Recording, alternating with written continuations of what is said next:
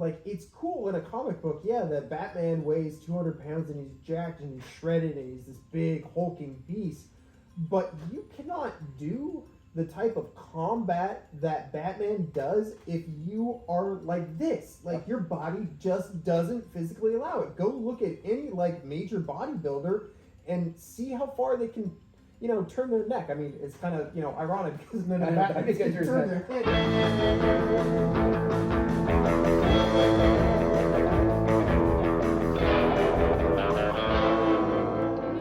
And they're off.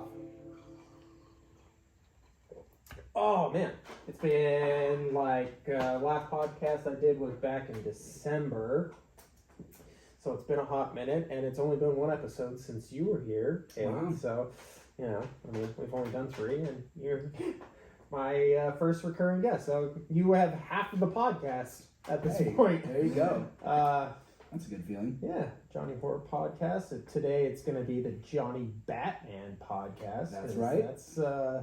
That's what we're talking about today, man. I was really excited. Last time you were here, I think both of us were saying that The Batman was our most anticipated movie of 2022. Yep. Far and away. Now that we've both seen it, you've seen it twice. Right? Yeah.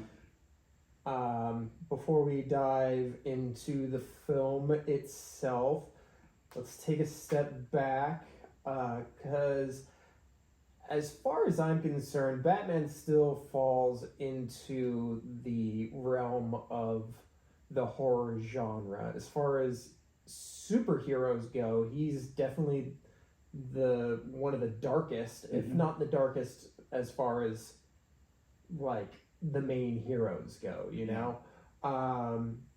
You know, he uses the costume and the shadows and all that to scare people. Yep. So I feel like that very much falls in line with the horror genre, and like even going back to, like, at least for me personally, the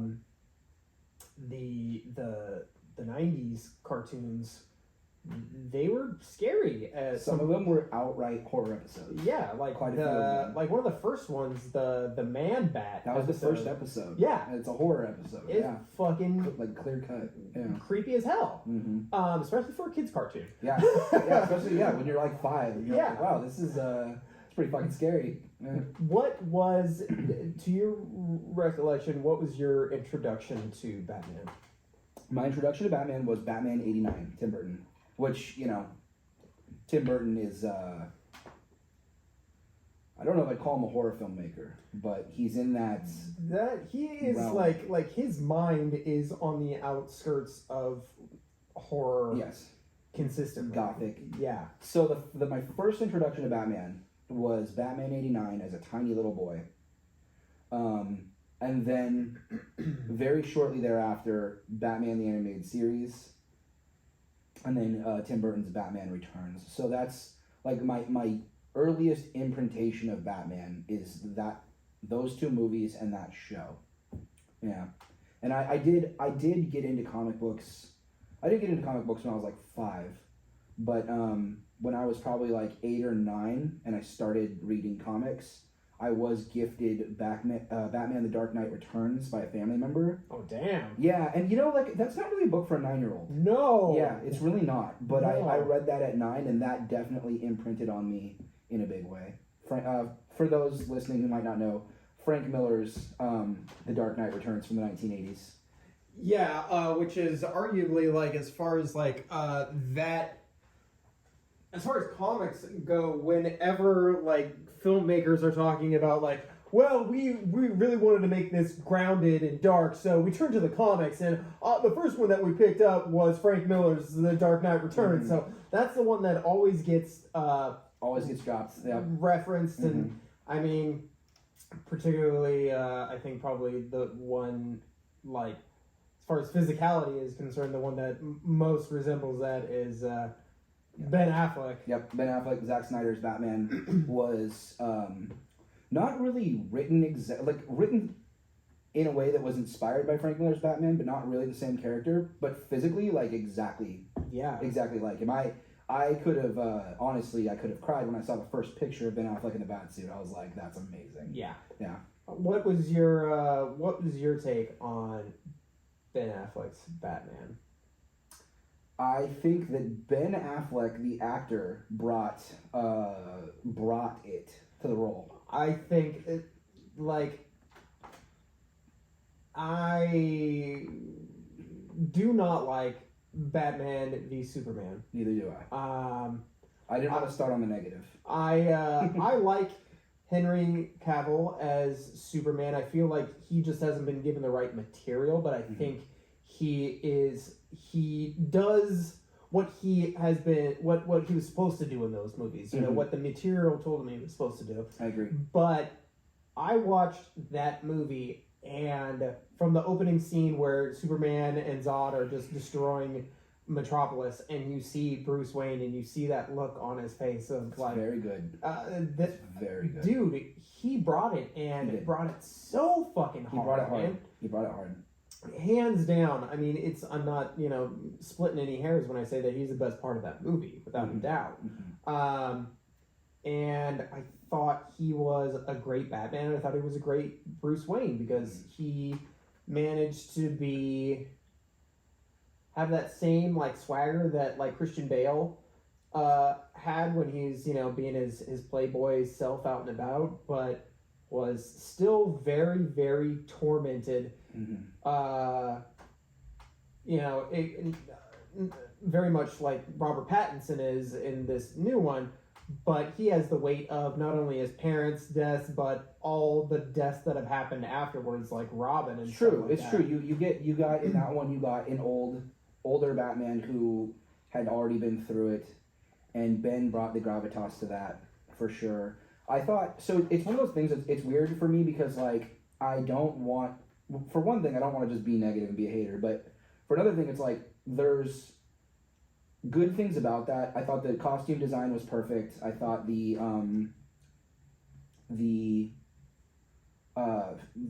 what Ben brought to it was perfect. I thought the action scenes were well done, but ultimately, I think on a storytelling level, I think the movie falls very short of what a movie involving those characters deserves. And I am big on that. So anyway, but that The Dark Knight Returns definitely, and those other ones, that was definitely where I started on my Batman journey. Now, are you in the same camp that a lot of us are in, where the animated series is probably when you're judging other Batman stuff, you're like, well, is it as good as the animated series? Yes. I just can't, like, my wife like busts my balls all the time for I have these giant box sets. I have Batman the Animated Series, and I have Batman Begins, Batman Beyond, excuse me, there you go, Batman Beyond, which, like, I thought that I was in, like, a small camp with, like, I was like, dude, Batman Beyond is really good. Nope. And then I realized, like, recently, like, it popped up on Rotten Tomatoes, like, the series is something like 90% on Rotten Tomatoes. I'm like, oh my god. And the 10% are stupid. I'm just being real. Like, if you give that show a negative review, you are a dork. Like, dude, it's so well done. And then like something Blade Runner Batman, I love it very much. Blade Runner Batman, yeah, dude, that is a very good way of putting it. Yeah, God, something came up recently. Like, I've been like watching all these Batman lists on Watch Mojo, and something about darkest moments in Batman. I don't even remember if I finished this. I remember like leaving off on do you remember the Batman Beyond movie where you find out that like Tim Drake got shot with like the Joker serum and became like little baby Joker and was like losing his mind? You're like, fuck, that's dark. I feel unprepared for this pod because I didn't rewatch that movie and I haven't seen it in so long. I haven't seen it in a hot minute. I remember that one being like it's a dark cartoon, man. Really, really cool. But yeah, and then you have like something like Mask of the Phantasm, where like God. Okay, wait. Can I go off for just a moment? Yes, please. So, like, if anyone is listening to this podcast, I want you to go and procure a copy of Mask of the Phantasm or get HBO Max, and I want you to put it on a big screen, and I want you to put away your phone. And if you're the kind of person that gets more out of movies by eating gummies, I want you to eat some gummies. And I want you to sit there and watch that movie. I want you to forget that it's animated. I want you to forget that Batman's a character. And I want you to watch it as a film. It is way fucking better than a spin-off of a kid's cartoon has any right to be ever. It is clearly inspired by Orson Welles. It is clearly inspired by Alfred Hitchcock. Yeah. The characters talk like they're in a fucking Billy Wilder movie. It's like golden era fucking greatest directors of all time inspired. I'm not saying it's as good as those movies specifically, but it is channeling that energy in a big way. And it is a rich, emotional, honest story, and it fucking slaps. Yeah, it's brilliant. Sorry, I love that movie. I remember the first time I watched it, because now if I can tap in really quick, and we'll jump back to like my first. Yeah.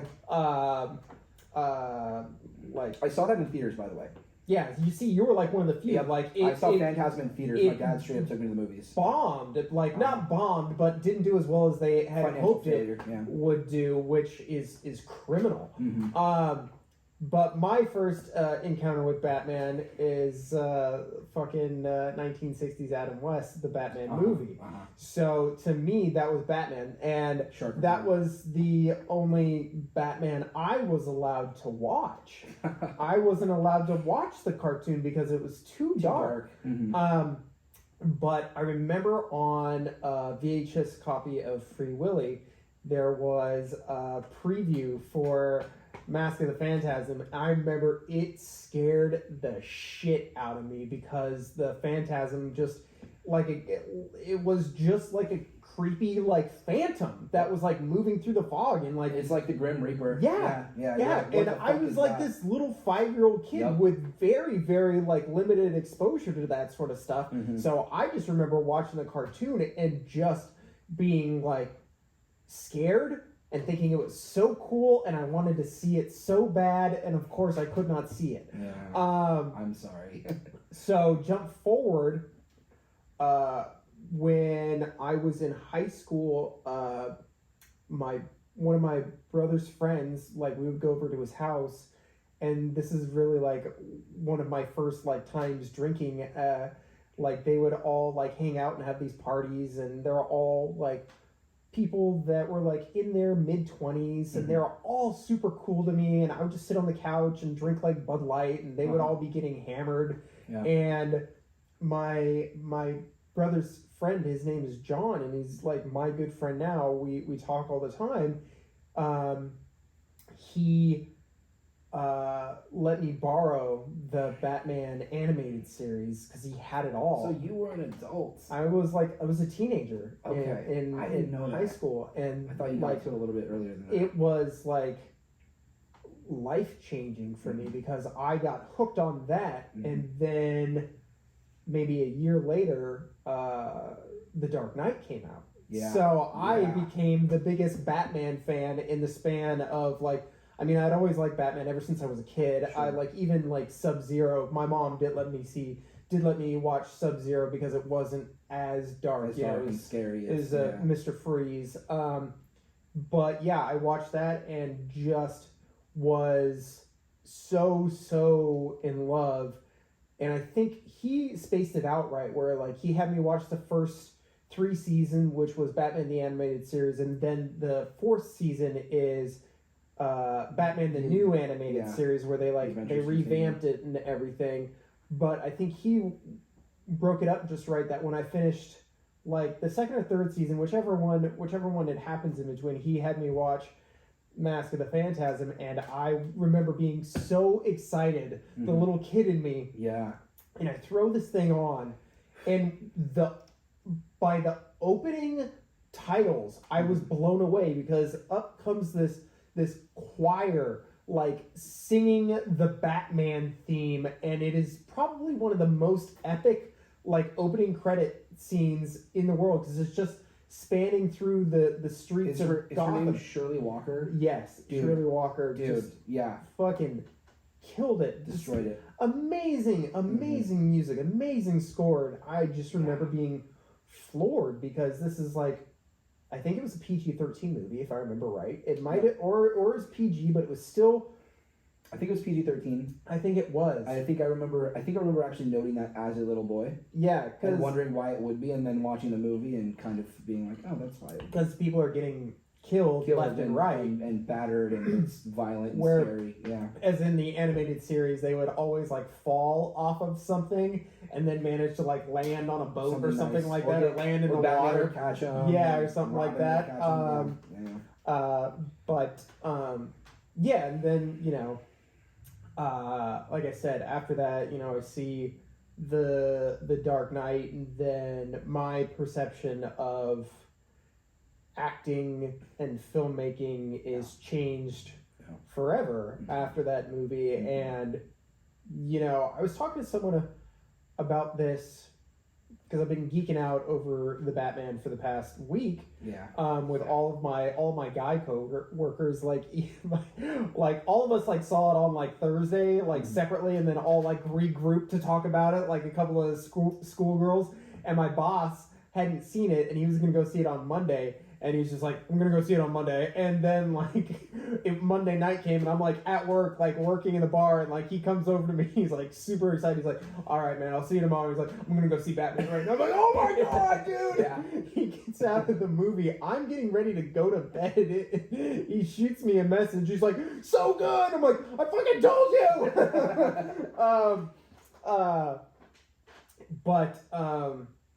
The thing that I really liked about Batman Begins was that teaser ending. I don't think there's been a better teaser for a villain ever than that scene on top of the building where Jim Gordon and Batman talk about escalation, and then he shows him the Joker card, and you're just like, fuck, it's gonna go down. I remember watching that in 2005 in the movie theater. Yeah, me too. And like freaking out. I wasn't even a crazy, like at this point in time, like it was Batman, it was fucking cool, but again, I had not had my Batman Renaissance yet, but I remember still seeing the card and being like, dude, that's cool. Who are they gonna get? You know, and then just I think we talked about this the last time, where like as far as like cultural movies and being alive and being like coherent enough. I think we talked about it with Jurassic Park and The Matrix. Like as far as those were movies that changed everything. Yeah. Yeah, and that like I really had not gotten to experience one of those in the theater, with the exception. I think you had seen pretty much all of those and been able to, like, you know, if not in the moment, be able to look back and go, oh yeah, I was part of something special. Yeah. And the thing with The Dark Knight, while like that is probably like the big thing in my life, the big movie that I got to see it and be like, yeah, I was part of something special there.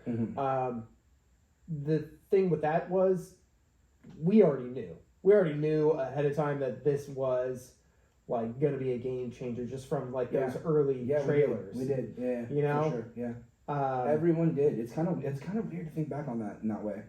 Everyone kind of did, which was funny because the Batman Begins had been considered a modest hit. You know what I mean? It had not been considered a smash success. No. But somehow everyone knew that The Dark Knight was going to be... Well, I think a lot of it all came back to the controversy with Heath Ledger. That's true.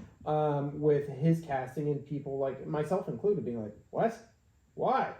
Why would you do that? Right. Like, why didn't you get, like, fucking Crispin Glover or one of the other people that they were throwing out at the time? They were like, oh, yeah, no, that person would be the Joker. They were throwing out Crispin Glover. I think that was one that I remember seeing, like, one of the, you know, the old, like, Photoshop things, like, being pushed around the internet. And then the first teaser came out where you didn't see anything. You just heard the Joker's laugh. And I just remember going... oh my god, there's no way that's Heath Ledger. How could that be? That sounds nothing like him, you know? And then the trailer that came out in front of I Am Legend that came out, I remember going to see I Am Legend. Like, I had read I Am Legend, the book, which is a great book, and was excited to see that movie, but I was more excited to see the Dark Knight trailer in front of I Am Legend. And that, just remember, just watching his performance in that trailer, just being like, what the fuck? Yeah. I mean, love Jack Nicholson, but he is Jack Nicholson as the Joker, you know? Whereas Heath Ledger is that character, and everyone will always be compared to him. Oh, yeah, absolutely. And it's funny because Jack Nicholson, you know, for the kids listening to this who don't know, Jack Nicholson was a god. He was Hollywood royalty in the biggest kind of way. He was Jack Nicholson of Chinatown. Yes. He was Jack Nicholson of One Flew Over the Cuckoo's Nest. Yes. You know what I mean? He was not some fucking, like, oh yeah, he's pretty good. Yeah, like, The no. Shining too. Yeah, The Shining, The Shining. Yeah. Like, if we're going over movies here, yeah, he wasn't just Jack Nicholson in 1989 when they did that movie. He was Jack fucking Nicholson. Yes. The king. And so it was actually, the perception was that Heath Ledger was stepping into shoes that were too big for him. Yes. That was the general perception. I was like, bro, you're gonna take up the Joker after Jack Nicholson. Good luck, homie. Yeah. Good luck. And then Heath Ledger just fucking put on his big boy pants and, God, showed the world. I think that, you know, there's always like greatest villain lists, you know, and Darth Vader usually ends up topping that, and Darth is a good one. And, you know, like Norman Bates and stuff like that. And Joker's usually up there, but like as far as like performances for like a villain, like the legit performance and like what it would have to, what went into that performance, I honestly cannot think of a more dedicated performance of a villain. Yeah. You know, from one solo actor. Again, someone like Vader, you know, is multiple actors bringing one character to life. Even someone like Norman Bates, like you have like the mother being a different voice. You have, you know, I do believe, I don't think it was, I could be completely wrong about this, but I'm pretty sure it wasn't Anthony Perkins during the shower sequence. It wasn't him as the actor doing doing that part. I could be wrong about that. But still, like as far as like, I mean, obviously someone like, you know, Anthony Hopkins as Hannibal Lecter, which is, you know, probably like I would say like he's always within the top 3. Yeah, like, absolutely. And maybe like he could be even more impressive because he has something like 5 minutes of screen time, and that won him a Best Actor award. You're like, what the fuck? Yeah, and I mean, but did you come away from that movie knowing he had such little screen time? No, I didn't. No, that's something that you have to find out on the internet. He chews up the whole movie with that little bit of screen time, and it is, God. Yeah. God, it's good. Yep. That's a movie that like I just don't think about often enough. Obviously, it took me how long to this conversation to bring that up? I think it's fun that we actually came to that naturally though, because I think that that's a movie that that the Batman that we're eventually going to get to, I think drew some inspiration from that. Well, now that like we're here on that, like let's dive into it because I feel like we've had enough of a warm-up, and I don't think it's any secret how we feel about the movie. And to be clear, we have not discussed this. Yeah, we haven't actually given each other our thoughts on the movie yet. Yeah, so. All he did was message me after his first view and say that he couldn't wait to talk to me about it, and I responded with, well, if that's not a glowing review, I don't know what is. So, it's definitely one of those movies that I went into going like, I'm going to love it. Like, how could I not? Because as we've talked about before, like just from the trailers and everything, I was like, they got him right. They Mhm. finally got Batman right. Mm-hmm. In my opinion, he had never been angry enough. He had never been just like, he had never been Kevin Conroy, like, fucking, I am the knight, motherfuckers. Yep. Like, I'm gonna scare the shit out of you, and I'm gonna beat the shit out of you, you know? Yeah. And I feel like they really, really went balls to the walls for that on this. But I digress. Tell me what you thought about this movie.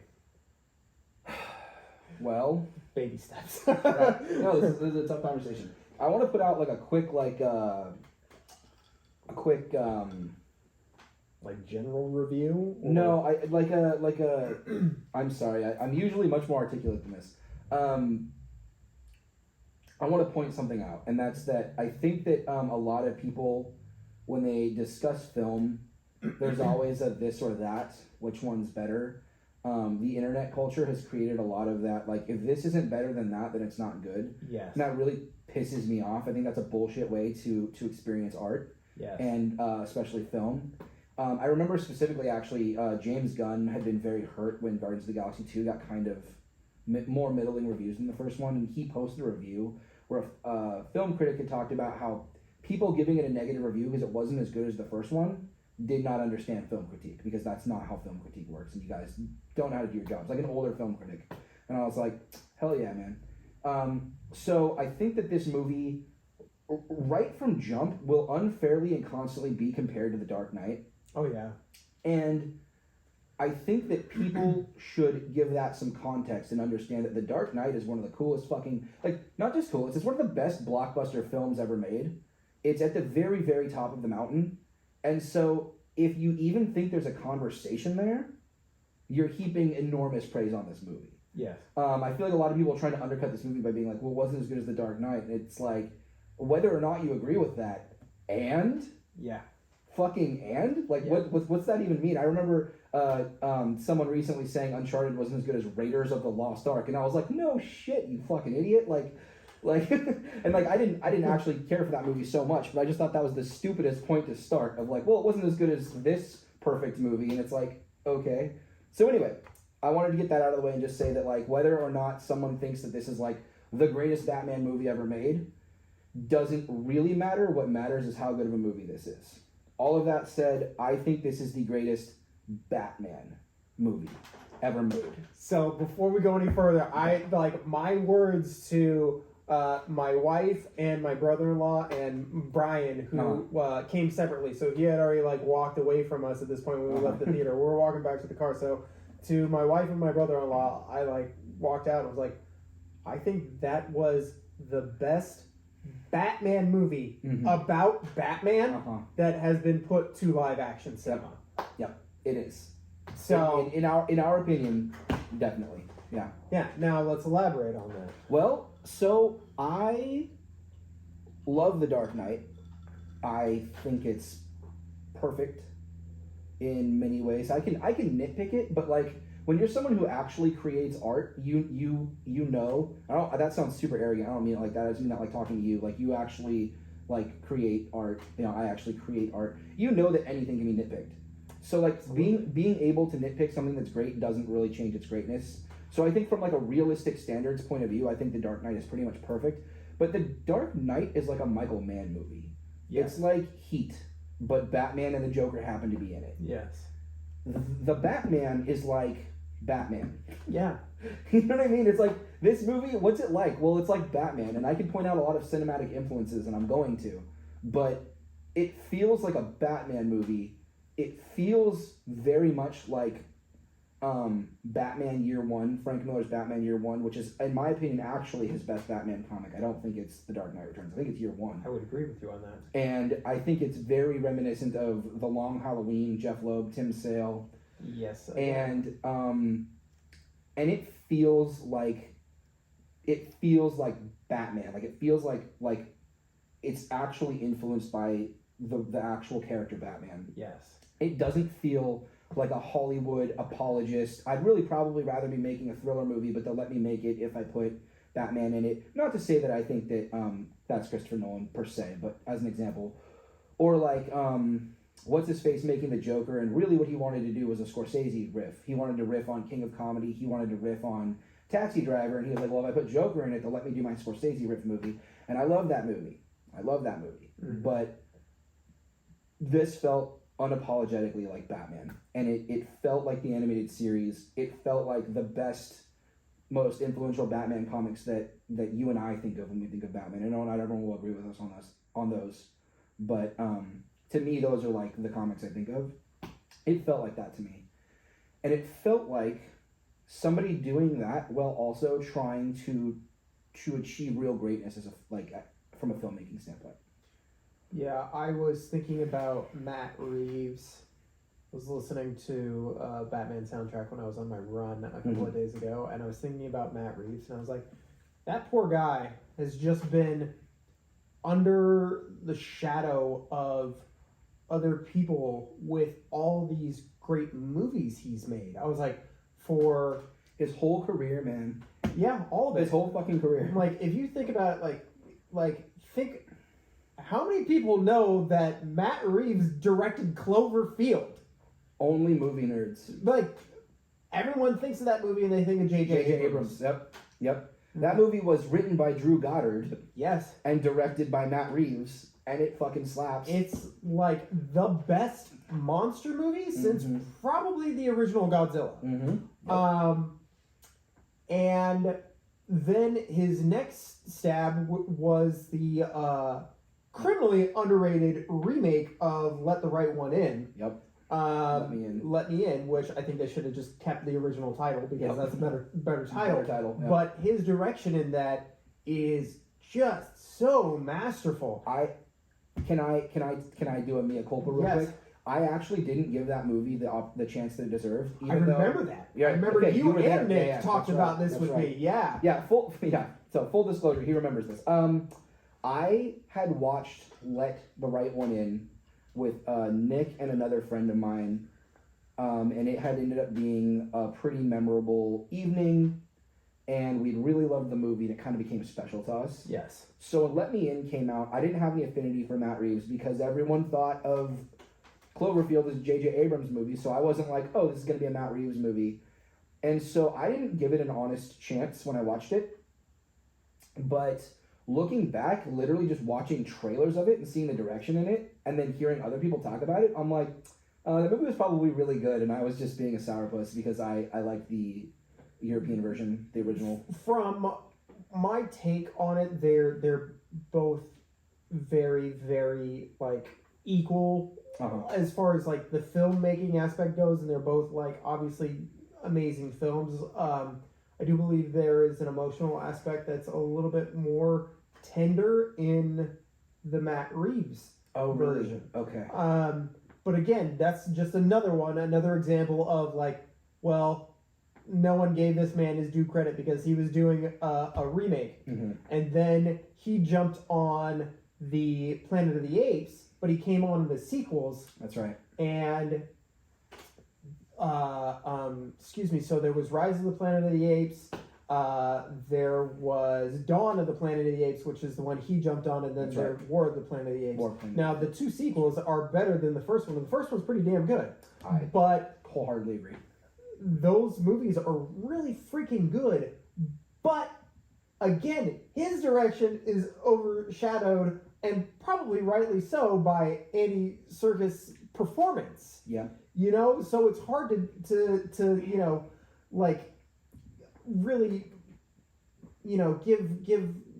be upset about that. But, those are beautiful, well-made, well-told stories. And I was thinking about it, I was like, man, this is, his time to shine, because as much as, people are talking about Pattinson's performance and this, that, or the other, everyone is talking about Matt Reeves' Batman movie. Yep, that's right. And rightfully so. And the attention to detail, and one of the best compliments that can be said about this movie is that Gotham itself is a character. It is a part of the story, more so than any other film, and that would not have been the case in the hands of a less dedicated director. Absolutely. You know? Absolutely. And I would say that is my biggest gripe with the two sequels in the Nolan trilogy. Batman Begins gets it fucking right. It does. That's fucking Batman Gotham. Begins. Okay, so, and we're jumping around here a little bit. Just It is gonna happen. Just hang with us. It's gonna happen.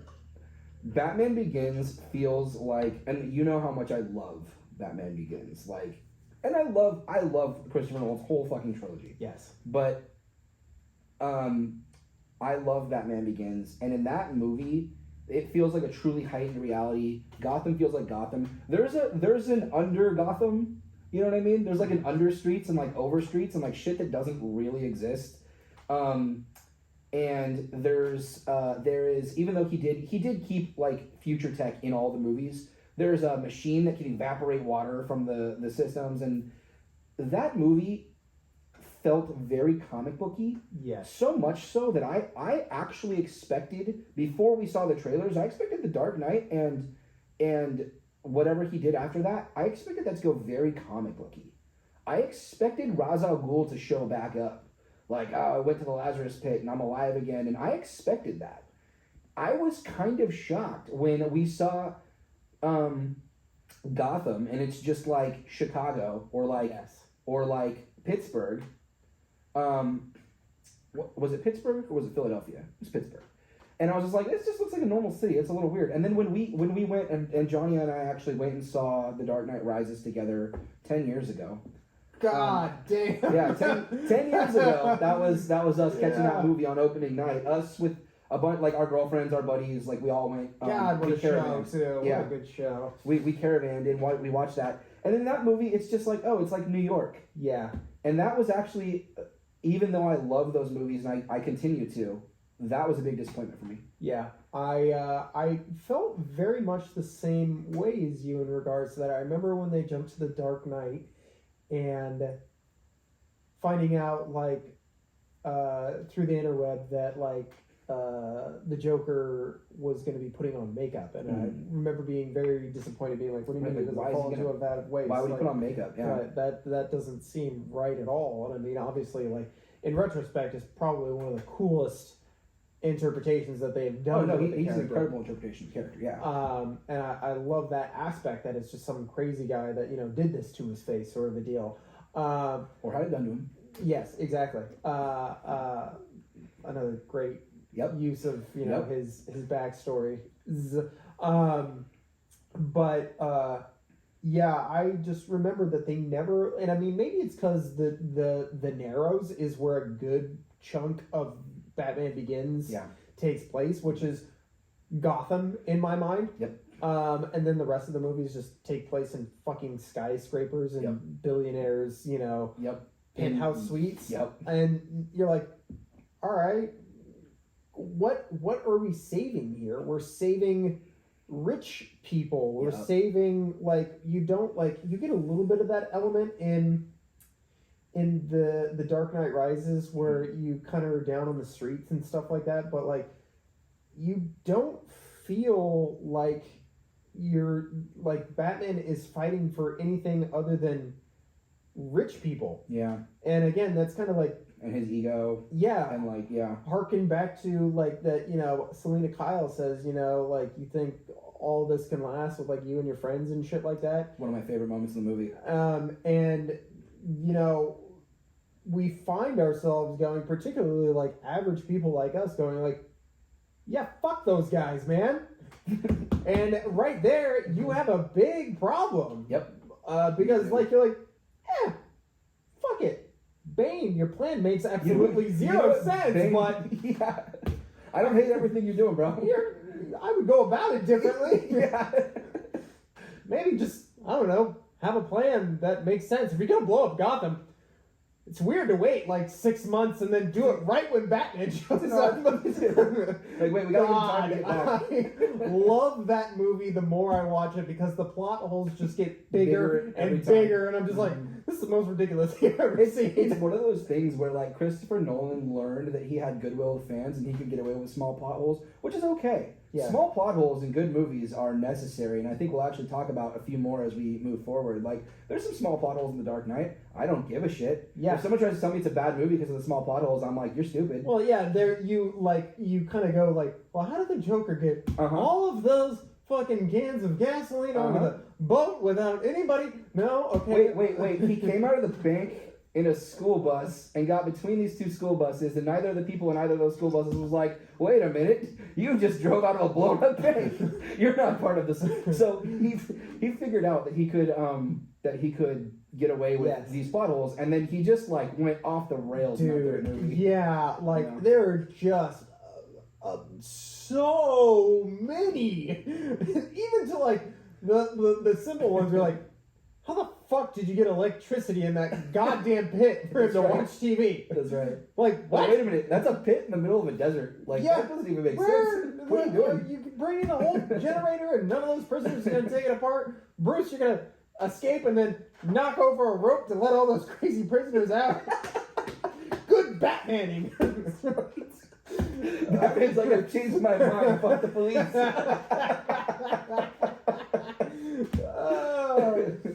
But yes, like this, like film, like got Gotham right. I mean, like the one thing that like took me, like I took a step back and was like, what the fuck is Bruce Wayne's mansion, dude? Like I was like, what the fuck does he live in? A goddamn like museum? What's going on here? I was it's a Tim Burton museum, dude. That's what I was like, dude. This like Tim Burton got a hard on watching that. Just like, what the fuck did he just? I mean, I'm pretty sure he got a hard on watching that whole movie. But, oh god, it was so like just the setting, the atmosphere. It's always dark. It's always raining.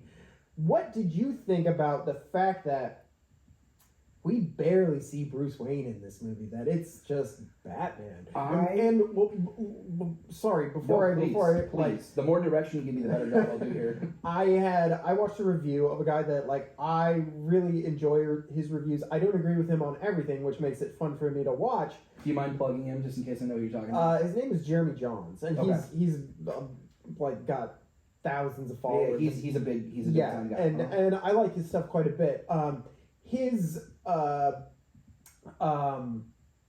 interpretation of Bruce Wayne, he wasn't a fan of like how Bruce Wayne was just so mopey and didn't have the persona of the playboy and charismatic. And his argument was like, well, like, if anybody's looking to see who fucking Batman might be, then it's probably the billionaire that's like fucking pissed off. I agreed with. I was like, yeah, that would probably be my first fucking guess too. I think that's fun and funny. Yes. I was watching not exactly a review. Have you heard of The Weekly Planet? I can't say I have. They're a couple of Australian guys, and they do movies, TV shows, video games, and comic books, and they are a couple of Australian gentlemen that are just great. It's kind of like I think what you and I would wish we could be in a podcast, because they're just like very good friends having a great time, but like you're always laughing with them. You're never like out of the loop. They're really good. Anyway, I love that. He was talking about it, and he was like, who is this physically fit and super emo Bruce Wayne who is almost certainly Batman? And I'm like, that is what you would, okay, like I get that, but think about how we give billionaires in real life license to act like fucking weirdos. Yes. And I think it fits a little bit more there. And then when you recognize that Matt Reeves was really, really trying to ground this as the most real story he could, which is another interesting dichotomy from the Christopher Nolan movies, because we thought of those as real. This brought you down further down to earth and more into reality, where he's in a bathroom in a gas station bathroom putting makeup on his eyes. It's great. It's amazing. And so this brings us even more into reality, where we have a billionaire acting weird is something that people will put up with because he's a billionaire. He's good looking. He's famous. Like, you're just gonna kind of let him be weird, and no one's really gonna think too much about it. But I thought the choice to have him be the way that he was, and this sort of Kurt Cobain-y doomed rock star character, I thought it worked great because Batman interpreted as a real person. And I am aware that Batman's not real, and I'm a huge proponent of when people go, that's not realistic, of being like, well, it's not fucking real life, motherfucker. This is a movie, so get over it. But when you're trying to ground the emotional stakes in reality and you're trying to make realistic characters, Bruce Wayne didn't die in the alley with his parents. He was destroyed. He was a little boy who had parents that he loved very much, and he watched them gruesomely murdered. And it broke him in a way that it would, and it changed him. And not to get too deep on like psychology and stuff here, but like the way PTSD works is that people very much will respond to their surroundings and will become a certain kind of way. Like you'll notice a lot of veterans like drive like really like veteran soldiers drive like very big trucks and like want to let you know that they have guns and things like that. That actually makes a lot of sense just from like a human behavior standpoint, because of what they've dealt with. They're responding to it. And it makes sense that a little boy whose parents were killed in a scary dark alley would become a dark alley. It makes sense. He's responding to his environment. So like psychologically speaking, like, and I'm not a social scientist. This is just like based on my understanding of what I've read and stuff. So if I'm wrong, please go ahead and tell me I'm wrong. But my understanding is that that's like a real phenomenon and that it actually makes sense.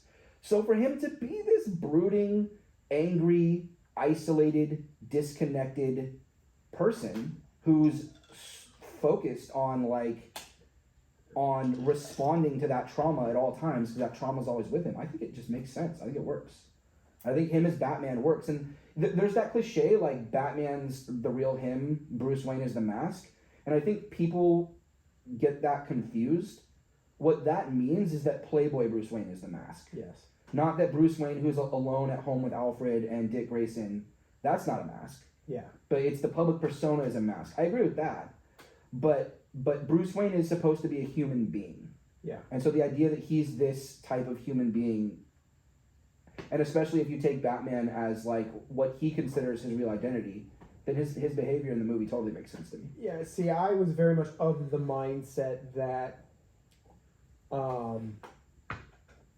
like at this particular point in his career, which the Jeremy Johns guy like said, he's like, I'm pretty sure Batman at this point has been Batman for 2 years, has been Batman for just about the same amount of time as Christian Bale was Batman in the Nolan universe. Entirety, yeah. Yes. In entirety, yeah. And, I was like, oh man, that's a fucked up way of thinking about that, actually. Yeah. But the way that I looked at it, it was like he like if you want to like put it to its most basic terms, he hasn't figured that out yet. Yeah. What I thought watching it was that, and he says this multiple times, like to Alfred and to Selena Kyle, that like he just doesn't care. Yeah. Like this, and I mean he says it in his narration too, that all he cares about is just being Batman. Mm-hmm. So in that sense, and you see it in the interrogation room with the Riddler, mm-hmm. when the Riddler says his name and he thinks the Riddler figured out who he was. Yep. He just has a moment of where he just kind of lets out a breath and is just waiting. Yep. And then he realizes the Riddler doesn't exactly know who he is, or isn't letting on that he knows who he is. Right. And then he's just talking about Bruce Wayne, the orphan. Right. And then he dials it back in. But in those moments, he's like, all right, the jig's up. Yep. Yep. You know? And I really like that moment. And for him, like, I think it's not, at this stage in the game, it is not what Christian Bale's Batman was doing, which, like, you know, ironically, like, Christian Bale had this, like, long-term plan.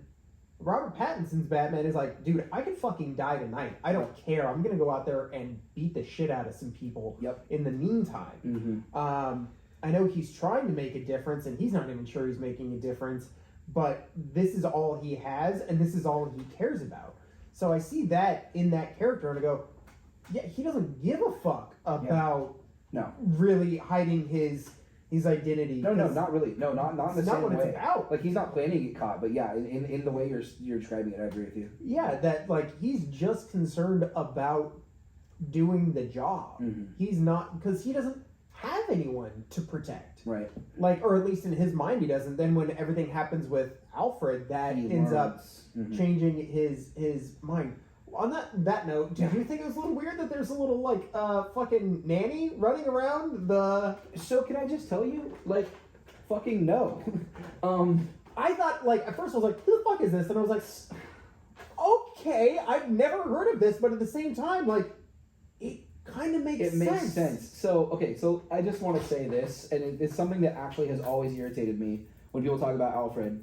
Butlers don't cook or clean or any of that at all. Yes. They don't tend to the garden. They don't do that. Butlers maintain your schedule. Like, if it, like in a real rich household that has a butler, the butler knows when the kids have, which kid has soccer, which kid has football, which kid has cheer, which kid has karate. They know what time the guests are coming over on Sunday. They know who has the food allergy. They know when your doctor's appointment is. They know when your chiropractor appointment is. That's what a butler does. A butler is the general manager of the household, because these are wealthy households that have staffs. The butler is the timekeeper and the general manager. They are not a do-everything person. Yes. So the idea of, and also like the idea of Alfred just like constantly like going around cleaning up after Bruce Wayne and making little sandwiches annoys the hell out of me. Yeah. Because like, what the fuck, man? He's a grown-ass man. Like, knock it off. So I actually don't mind them taking the stance that like Alfred is not like his little nanny. He's... Yeah, I actually, like, again, like, it caught me off guard, but the more I thought about it, I was like, that's different, and it's refreshing, because it makes fucking sense. Like, what you're saying, like, particularly with their approach to Alfred, which is someone who taught him how to fight, which is, like, the Alfred Pennyworth, like, backstory. This guy was, like, in fucking wars and was a spy and shit. SAS. He knows his shit. Yeah, he's a real one. So, like, him being, like, this scarred up dude that's, like... And I felt like they got really, really close with the Jeremy Irons Alfred. I liked him as Alfred. I hated the age difference there. The age difference was bullshit. Like, oh, that he's not, like, as old as he should be, basically. They like, the way so I was watching it with my sister, and they were having that moment where they are first, like, it's both of their heads in the screen at the same time. And my sister goes, you know, they look more like they went to high school together than, like, one guy raised the other guy. Yes. And I'm like, yeah. And that's, for me, that's a problem. Like, what's his face is, I'm sorry. The guy who played Alfred in this movie is... Andy Serkis. The great Andy Serkis. Andy Serkis is more than 20 years older than Robert Pattinson, so I do like that distinction more. But anyways. Yes. But I liked this, that... I thought that Michael Caine might have been too soft. Yeah. And their dynamic, as great as it is, and their banter and all that, I really do like that. I was gonna say I like Michael Caine's Alfred quite a bit. I like all of that, but I liked the Alfred that is probably more critical. Like, I'm still gonna keep your secrets. I'm not gonna fucking let goddamn Vicky Vale into the fucking Batcave. Yeah. Yeah. I'm not gonna constantly tell, like, Bruce Wayne that, like, hey, why don't you go bang this photographer chick that, like, you know, you've had over once, and, you know, you fucking got her drunk and you didn't get drunk, and yeah, it's and, a little slept with her. It's a little problematic in retrospect, isn't it? But I one thing I liked about that, and why that worked for me, is because the emotional core of that is just that Alfred really wants him to be happy. Yes. But I get what you're saying, and I think that this Andy Serkis Alfred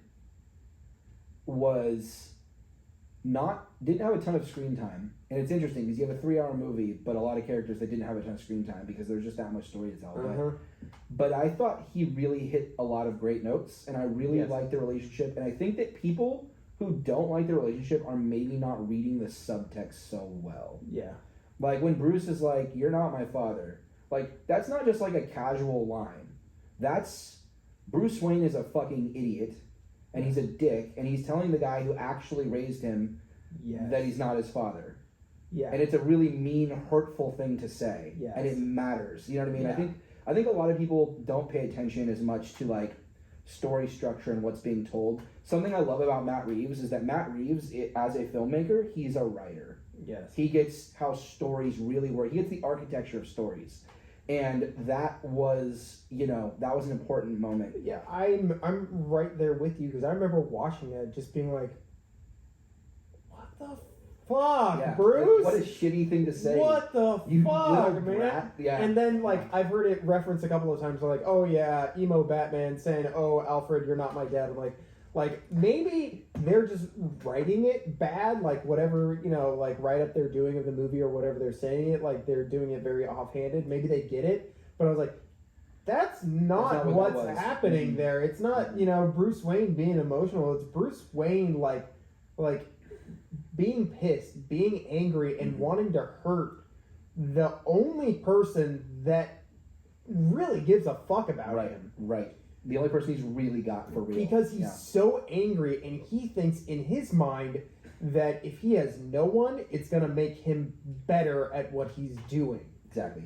Batman's human attachments are a weakness. Yeah. And that's the thing, is they're writing him like that in this movie, and I think it's super effective. Yeah, I think it's great. Yeah. So that leads us to the original question. How do you feel about so much Batman and so little Bruce Wayne? Great. Right? I feel great about it.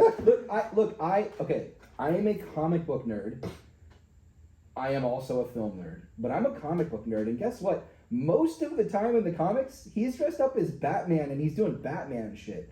The whole Bruce Wayne, 70% of the time stuff is mostly in the movies. Yeah, it's mostly actors who don't want to be out, who want to be out of the suit because the suits are uncomfortable and hard to act in. And I think the studio execs being like, well, we're paying all this money for this actor, so we should probably show their face.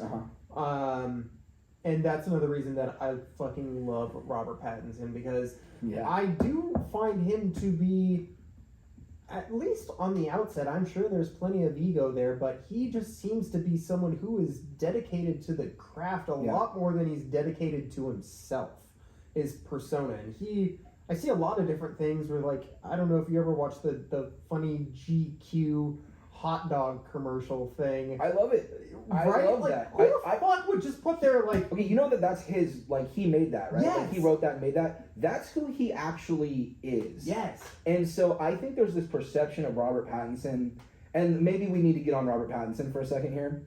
I don't know if I'm jumping ahead too far. No, please. I'm all about it. I think there's a perception of Robert Pattinson that he's this good-looking, suave, rich person. And, no shit, all of that's true.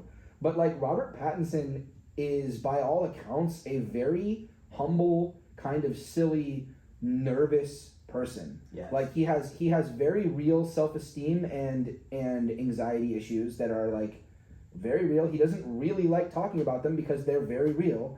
The idea of doing shirtless scenes early in his career caused him great anxiety. He hated that they made him take off his shirt in Twilight. And he's a goofy, kind of silly person who is, at his core, an artist. Yeah. He is a musician and an actor. And now he's trying to be a writer also, and a producer. But he's a musician and an actor. And in his heart of hearts, that dude is an goofy, artsy kid who wants to do artsy shit. And he doesn't act...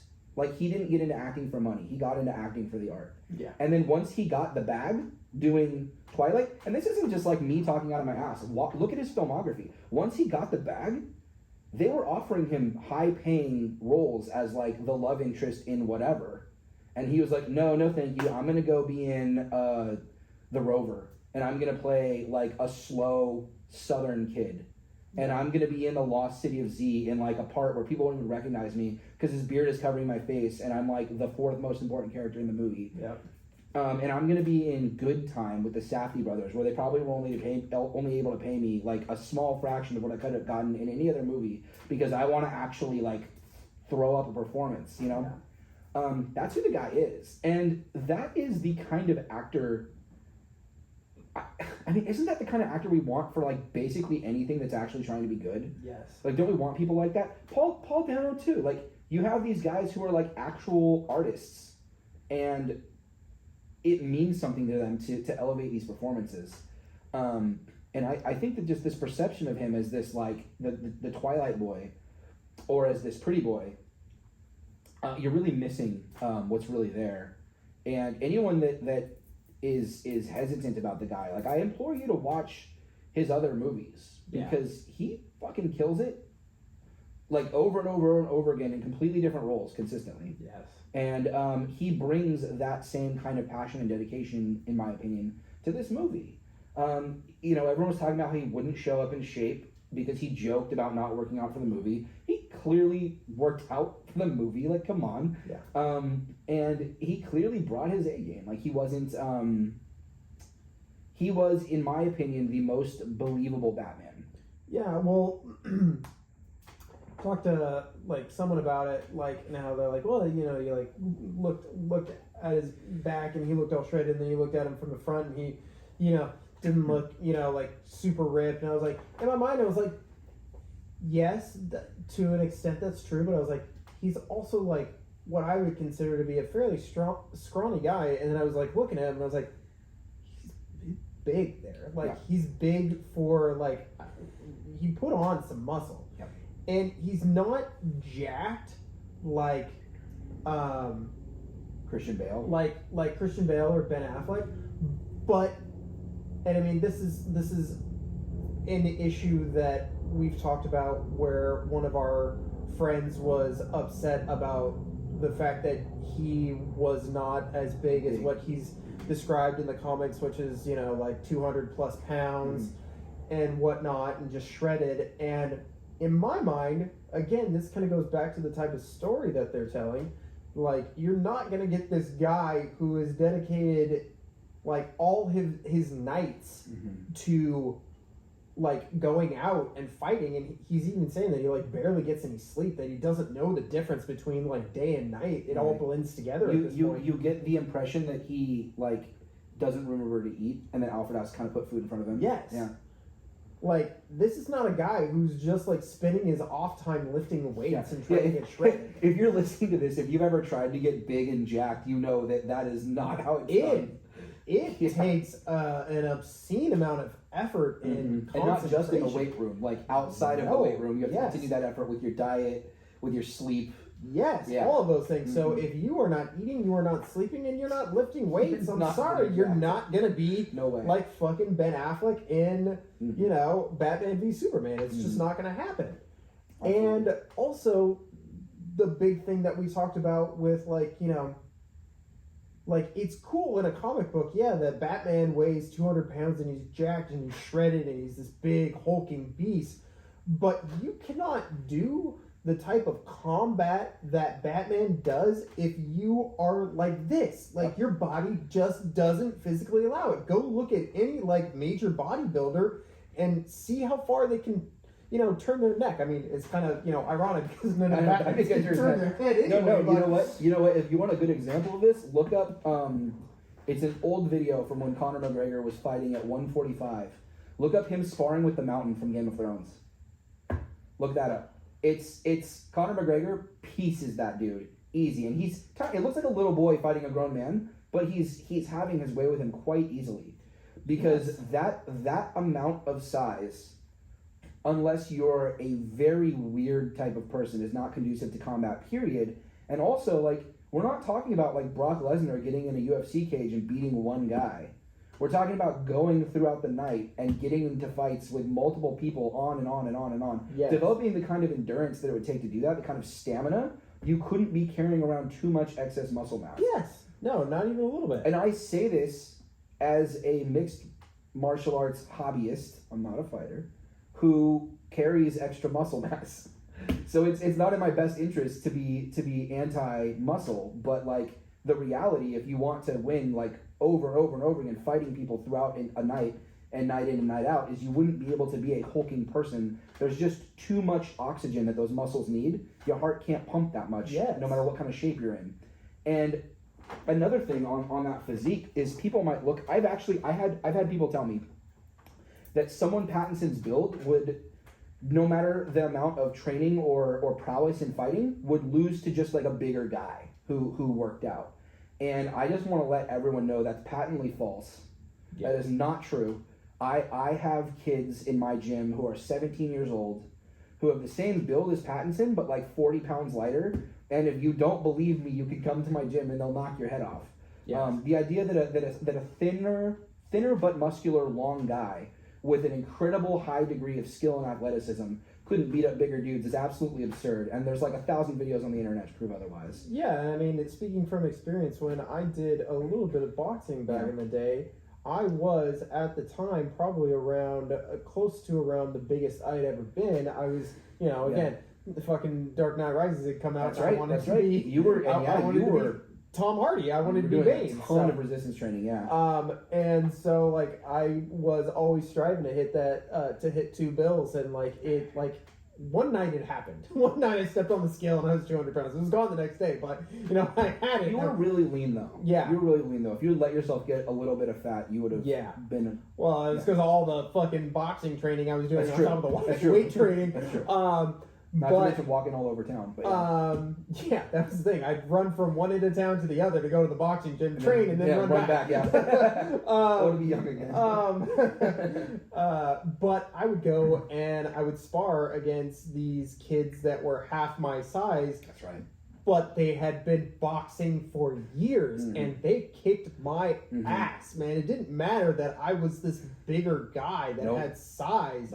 Like, I knew how to throw a punch-ish, and these guys... These kids could move. These kids they were knew moving. what they were doing. Yeah, they've been doing it since they were like 5 goddamn years old. So, yes, there's a big difference between, like someone who knows how to fight and someone who's big. I'm sorry, there just is. That's why, I don't care how tough you think you are. You just don't go picking fights with people because you never fucking know. Right. You have no idea. Who the fuck knows goddamn jiu-jitsu, you know? No, dude, yeah. But you touched on one thing a little bit ago. We've done a lot of Batman talking. Let's talk about some of those side characters. What you mentioned Paul Dano, and I feel like it's a nice transition. I would say that there was that great moment of his reveal without the mask in the diner, and just this completely humble, non-assuming person, and then he just has this little smile that he does, and I was like, God damn, if that isn't the fucking Riddler, I don't know who is, man. To me, I was like, God, he's perfect just in that little bit. I was like, fuck, they did so good with that. I've watched a lot of videos comparing him to Jim Carrey. Yeah. And that's something I would like to talk about. I'm going to take a little break. I'm going to refill my drink, and then I want to talk about the Riddler, our current one versus the 1995 one. All right. All right, we're going on a quick break. Be right back. And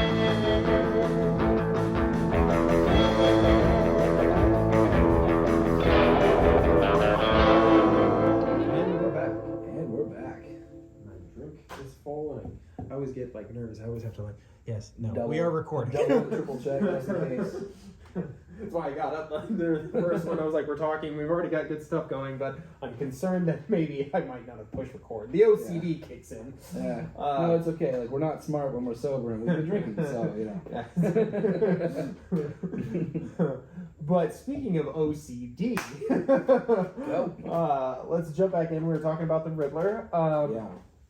First and foremost, what did you think of this interpretation? I thought it was brilliant. Yeah. And I don't use the word lightly. I thought it was truly brilliant. I fucking love when art house actors like Paul Dano get something this meaty to do. Yes. It's the coolest thing. And I had some comic book people that I know who were like, oh, that character's not really the Riddler. And I'm like, you know what? It is an interpretation of the Riddler. Yeah. Because he is righting his perceived wrongs, or in this case, maybe just his wrongs. Yeah. He is, trying to attain justice in a world that he feels is left him behind. He wants everyone to know that he's the smartest person there. And he's a fucking supervillain. And, like, this guy feels like all of those things in a fundamental, elemental way. Yeah, I would say that he does not. The one aspect where he doesn't feel like a traditional version of the Riddler is that he does not seem to have the ego Right. that that's stamped down quite a bit. Edward Nygma typically has in just about every interpretation of the interpretation. He is fucking arrogant as shit. Yeah. And this guy, you have a little bit more of a definitely a humble sort of character. And again, it has been stated, and I don't like to always fall back to this, but Matt Reeves and everyone involved with the movie, says that these are characters in the very beginning. Yeah. These are not the characters we necessarily end up with. Sure. He said this isn't an origin story of Batman, but it's an origin story of Catwoman and Riddler and Penguin. Yeah. Yeah. Now, a very good friend, Nicholas Anderson, Shout out to Nick. Shout out to Nerds Who Lift podcast. Yeah, Nerds Who Lift podcast. Check that out if you're into powerlifting or geekery. He convinced me long ago when we were in high school to watch Batman Forever and said it was a great movie, and I believed him. And I'll never forget him for that. God. Man, I still like that movie. There's definitely some fun bits to it, because I was watching all these compare and contrast videos ever since in the past week. I've watched a lot of it, and I go, oh god, it's so bad, but like I'd be willing to give that one a chance. Even like I watch my big thing, I always said that I liked Batman and Robin better than Batman Forever, because Batman and Robin knew what it was, and it wasn't trying to it didn't have his feet in both worlds. Like Batman Forever still tries to be dark a little bit. But by the time you get to Batman and Robin, they're like, yeah, fuck it, we're going back to the 1960s, you know? The difference is, though, and this is just, I get what you're saying there, and I certainly respect that opinion. Like, you have a good point there.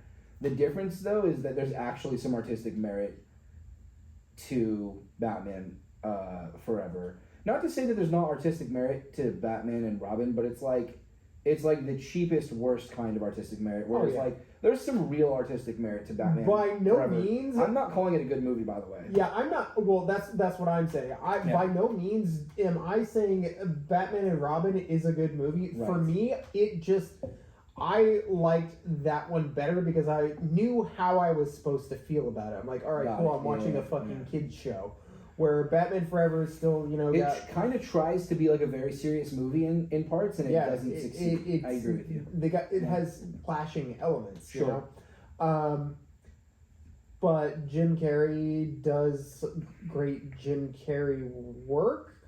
I don't know if for me it's a great Riddler, but he's Jim Carrey, so like it's hard to really say anything bad about his performance, because he's doing what he does. He's doing his thing, yeah. And especially that came out, what, 95? Yes. Yeah. So he's at the height of his Jim Carrey-ness. Yeah. But for people who weren't around, that was like Jim Carrey mania at that time. Yes. Yeah. I think Ace Ventura and Dumb and Dumber had come out the year before. So yeah. So it was like he had just this is a big deal. He just jumped on a rocket ship and flown to the moon. Yeah. Now, how would you kind of compare those two performances? Is there even a reason to even compare them, because they're so vastly different? I think there's little rhyme or reason to doing a really stiff comparison. I do think it's worth noting that Jim Carrey actually ended up being a very talented actor. Yes. There's a few people like that. Adam Sandler comes to mind. Guys who are known for being total goofball idiots, but like are really good when they want to be. And I think that's really interesting, because they must have different personalities than me, because if I was as talented as them and is in their position, I would I'd want to be good all the time, and they're like, no, I want to get paid and act like a dipshit, and like that's fine. Yeah. Jim Carrey's style of comedy was never for me. I liked Ace Ventura, quite a bit, like every other little boy back then, but his whole shtick was not really my thing. Yeah, mine either. And I think that his Riddler, he's having a great time, and I think if you like that kind of humor, then it'll probably hit for you. But I think him, opposite of just like a deadly serious Tommy Lee Jones, who's still hamming it up. Quite a bit. He's hamming it up, but he's taking himself much more seriously, for good or bad, in his hamming of it up. But like, opposite of like a very grim Val Kilmer, who's actually like putting on a really good Batman performance in like a really kind of crappy movie. Yes. He's trying. Yeah. That's the thing. He's really trying. And I mean, you watched the documentary, right? You watched Val. I have not seen Val. Oh my god. It's on the list. Great. Heartbreaking Mm-hmm. film. He talks about it. He talks about how hard he tried in that movie and how much he wanted to do it justice, and that he was just so heartbroken when And he's a great actor. Yes. Like if for the whoever hasn't seen Tombstone, like Val Kilmer is an actor. Like he's good. The best Western ever. Film. You don't gotta twist an arm to get me to agree with you on that. Believe me. So yeah, if you haven't seen that, like Val Kilmer was they've got a real one on that movie. Yeah. And he's really trying. And Tommy Lee Jones is an incredible actor, and he's really trying. And then Jim Carrey is just sort of playing Jim Carrey. It's very disjointed. I would say that version of the character, similarly to Paul Dano, gets elements of it right. Yes. Yeah. But, you're talking about Paul Dano playing a grim sort of Zodiac killer. Yeah. And Jim Carrey playing the guy from Ace Ventura. So they're very different. Yeah. And I mean, like, again, like, there are... It's one of those moments where I'm like, how could, who are we supposed to side with? Because by the time you hear the Riddler's, like, I mean, he is going around killing people, and he's killing bad people. And like in the case of some of them, very bad people. Yeah, and until the end where, like, he kind of gets all his followers to do his bidding. Yeah. You're like, all right, do your thing, man. Because as far as I'm concerned, fuck those guys. Yeah. You were not doing anything wrong. Yeah. You're taking out the trash. Taking out the trash, bro. Yeah. But I liked him. I was a little bit worried about because you knew he was going to get caught from the trailers, and I was a little bit worried about, he meant to be caught, sort of a deal. And the convoluted escape plan that you see in the Dark Knight, and then you see in like something like I was a little disappointed with the thought that we were going to have that sort of rehashed. Mm-hmm. Like I was like, I don't want to see a guy get caught on purpose and escape again. Yeah, like, that was something I was really like, I don't. Especially in a movie that this is going to draw too many comparisons to begin with. Yes. Yeah. So I remember seeing that in the trailers and being like very wary of that. I'm like, well, obviously he's the Riddler. Obviously he wants to get caught. Right. And then you see it done in like, Skyfall, which is probably my favorite James Bond movie, but even his escape plan in Skyfall, you're just like rolling your eyes, like, oh my god. Yeah. But I was afraid of that, and when I watched the movie, I was pleasantly surprised because I was like, he planned to get caught. Right. And he planned to stay caught because it was going to keep him safe from what was happening out there. And I was like, that's right. That was a nice move. It was a nice move. It's not this convoluted, aha, you got me, but I wanted to get caught so I could do this thing and this thing and this thing and this thing. Ha ha ha ha. Right. No. I will say that the little bit about the carpet tool and then pulling up the carpet and having the map, like, I was like, oh, come on, guys. who's doing that? I didn't mind it. So that's actually an element a couple people complained about with this movie, was that everyone else solved the riddles, and I was like, I didn't really see it that way. I think Batman solved like almost all of them. It's because that guy pointed out that it was a carpet tool, and then Penguin pointed out that their Spanish was off, but he still had to piece together the riddles, you know. Well, the big thing with like when they said like a rat with wings, I was like, how is no one saying bat? Like, right. how is no that's like, come on, Batman, get your fucking shit together. Like that was the big one for me. Yeah. The carpet tool, like yes and no. Like if it had been done just a little bit cleaner or something like that, if it had not been a cop that's like, oh yeah, my uncle, you know, he does that for a living, sort of a deal. The cop who happens to be in the room with him, sort of a deal. But like, I'm pretty forgiving of that because Batman can't think of every single little thing, which he pretty much, if you watch a 3-hour movie, it's Batman just solving shit. And like, even all of those answers, like in the phone call situation, like he knows all those answers just like that. Yeah, it's justice. The answer is justice. Beautiful. Yeah. It would have stepped away from the bomb a little bit sooner. Right. Come on, detective. You can figure out those riddles, but you don't know what's going to happen when the bomb ticks down. Yeah, when that hits the zero, you're having a bad day.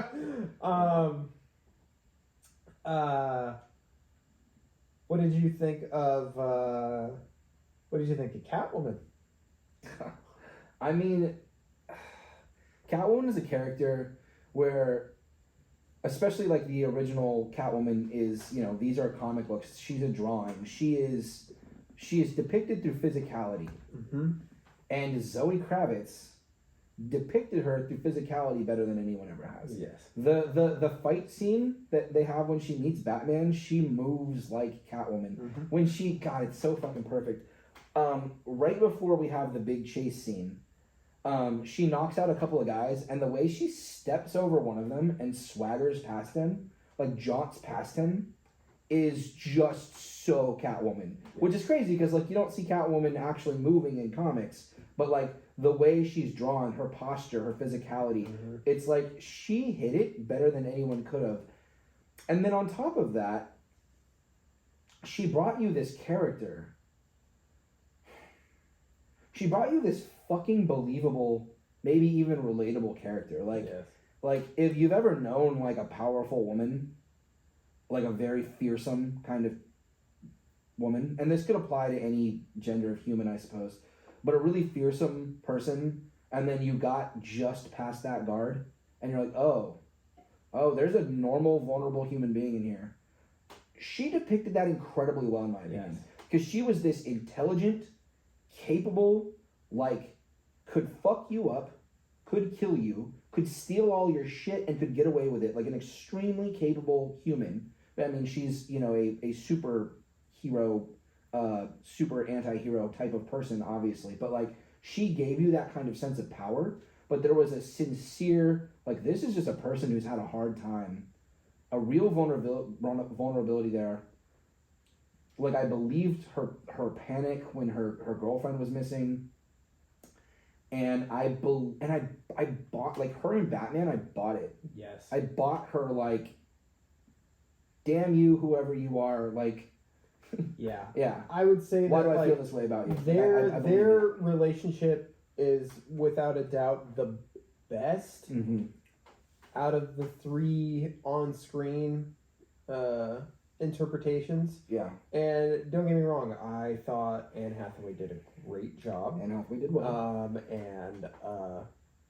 And Michelle Pfeiffer, how can you not legendary performance, like fucking flabbergasted with her and everything. It's just like probably the sexiest performance of a character in film. Yeah. But there was just both of those other interpretations, like Michael Keaton and Michelle Pfeiffer and Christian Bale and Anne Hathaway, they felt like performances. Pattinson and Kravitz felt like people. Yeah. They just, like, the way they talked with each other, the dynamic, it felt fucking real, man. Yeah. There was, like, and this is probably one of the best compliments I could give this movie.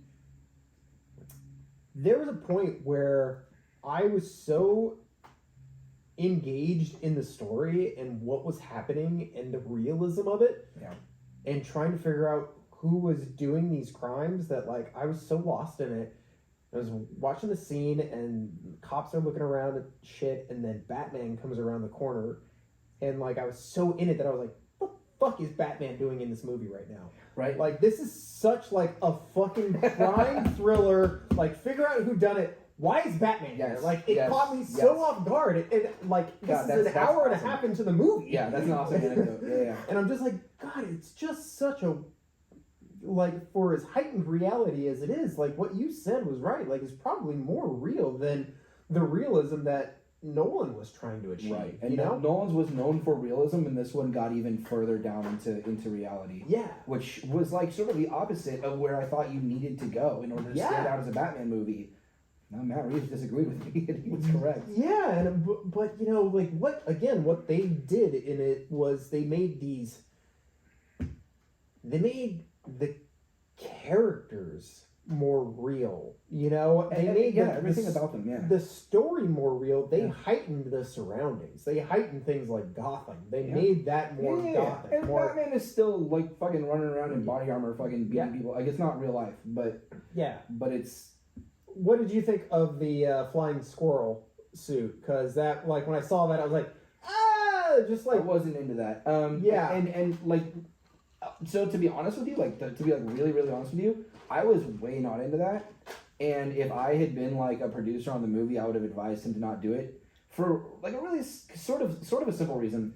As much as I don't want this movie to be compared to the other movies, one of the things that this movie had the responsibility of doing was contrasting in a way that made it feel like it stood alone and made it feel like it was relevant in its own right. And we just watched a bunch of movies where Batman had this memory tech that he could just run a lightning bolt through, and he could fly with his wings, and it had, like, just enough realism for us to buy it. Having him actually have a wingsuit, it's so anticlimactic. Yeah. There's no, like, I think Matt Reeves really wanted that to be a wow moment. And I think I want to be really clear here. I'm not being super critical of Matt Reeves. I think most of his wow moments fucking worked, and I thought they worked very well. But I feel like that moment we were supposed to be like, whoa, he's got a wingsuit and he's flying. No one was like that. Yeah. Everyone was like, oh, that's a wingsuit. Those exist in real life. Yeah. You know what I mean? And okay, and he flew and he fell, and all right, Matt. And the thing was, it didn't even really hurt the movie for me because that escape scene was so good. Yes. The conversation between him and Gordon, him running away, him grappling up, all of that was fucking great.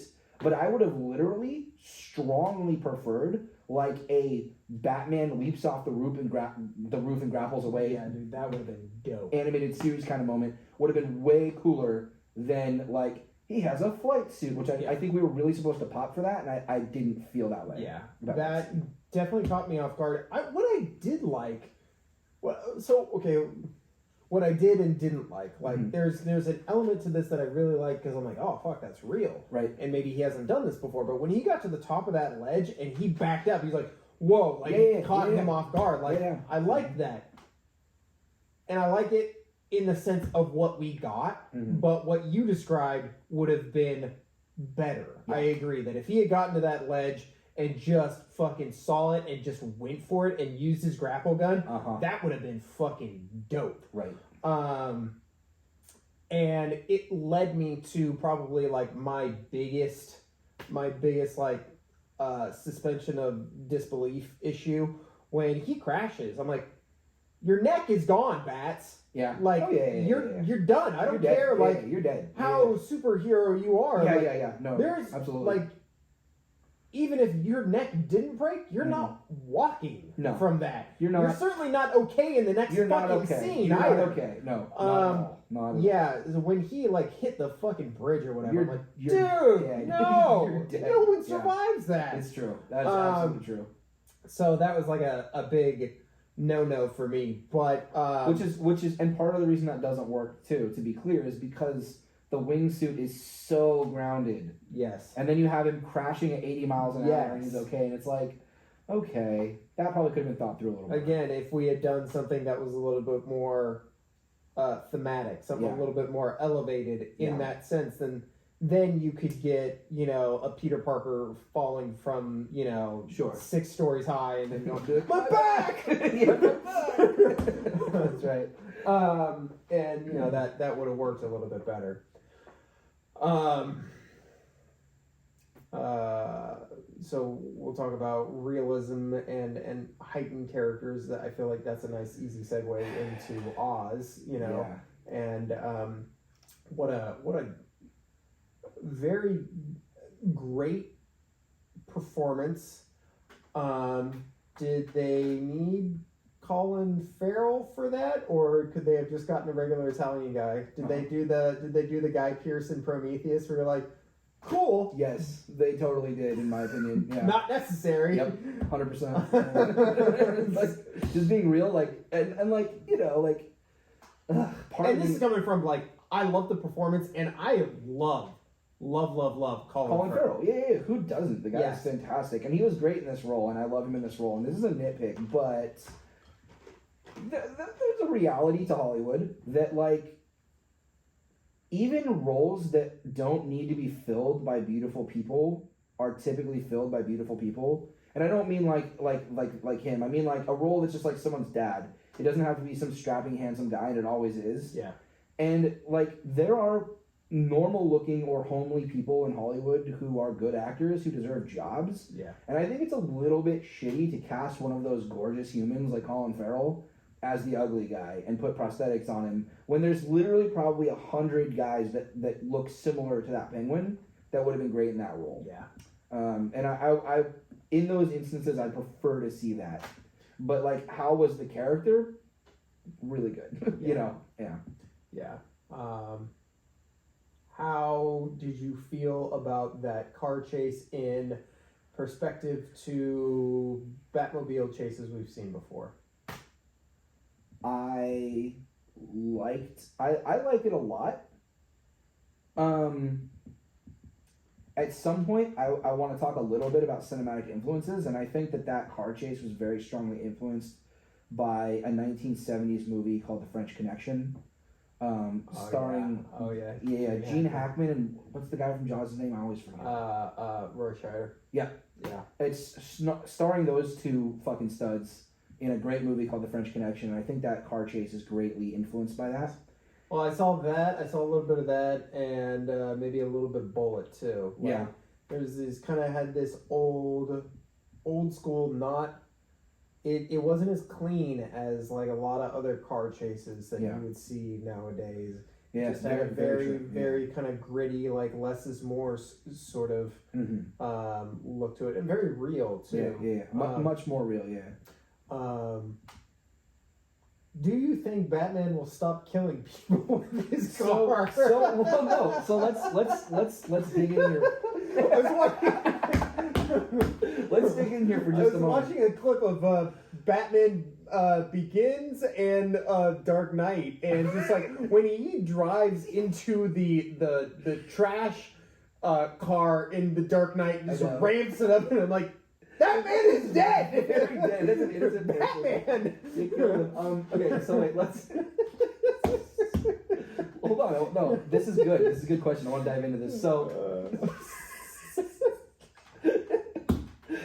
talking about... God damn it, Batman, you gotta stop killing everybody. So talking about how I liked that car chase compared to others, I'll be honest with you, like just being totally real, I liked the... Like, there wasn't really a car chase in Tim Burton's Batman, but there were big moments with the Batmobile. I liked those more because the Batmobile felt as enigmatic as Batman. Like, this car just showed up on the scene and, and it did some things that I wouldn't want Batman to do, like lighting people on fire and blowing up buildings filled with goons. Like, that's not very cool. But there was it was very heightened, that Batmobile. And then the Tumbler, which I was like, I'm the kind of guy where I can look at something and say, I wouldn't have made that decision, but I'm not going to just but I'm going to give it a chance and see how I like it. I loved the very heightened reality car chases with the Tumbler a lot. Yes. Like, I fucking love the Tumbler hopping on fucking roofs and just like I'm like, every building that thing lands on would have crashed. Right. Like And everyone. and then just like going the wrong way on the freeway and making everyone crash. And like, I genuinely loved all that. I genuinely loved all that. And you get the sense in the Dark Knight movies, you're supposed to suspend disbelief and think that he didn't kill anybody. Yeah. Because he doesn't You didn't kill see him people. die on screen, they didn't die. He doesn't kill people, right?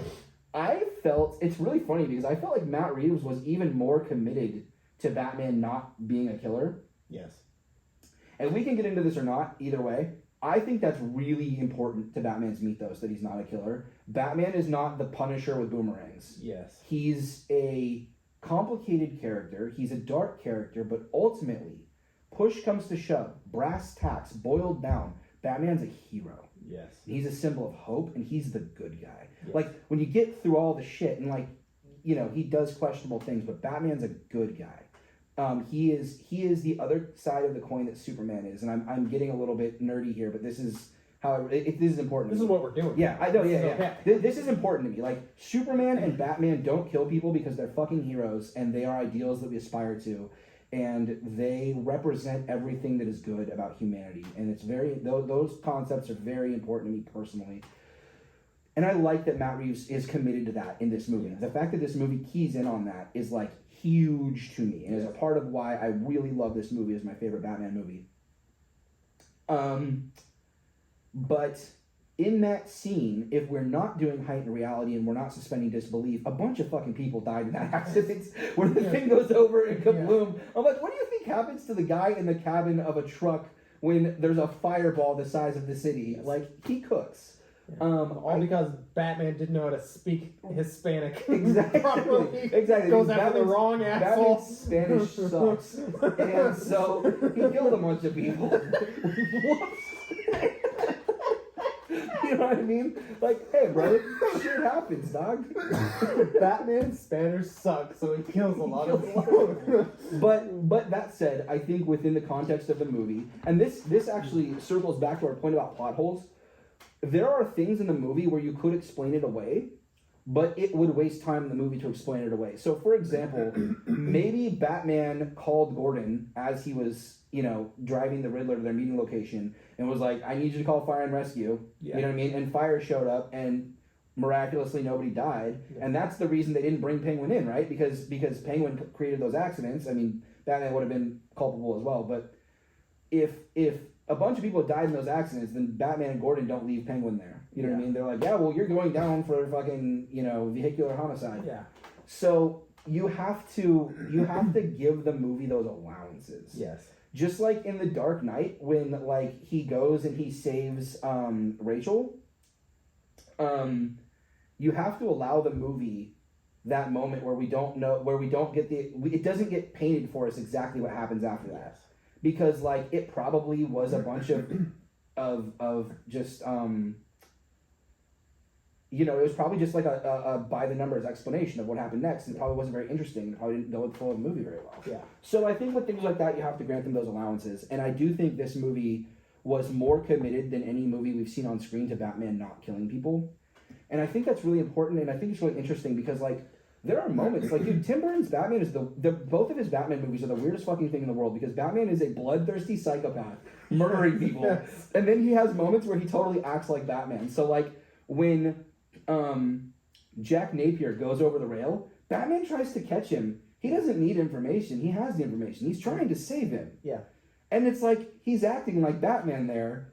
But later in the movie, he just blows up a whole chemical factory full of people. Fucking Batman Returns. He, like at the beginning of the movie, knocks a guy down, has a thing of dynamite, and then throws it down. It blows up, and he smirks. And you're like, that's gruesome. And then later in the movie, Selina's like, I'm going to kill Max. And he's like, Selina, who do you think you are? And it's like, excuse me, Mr. Kills-a-Lot. Yeah.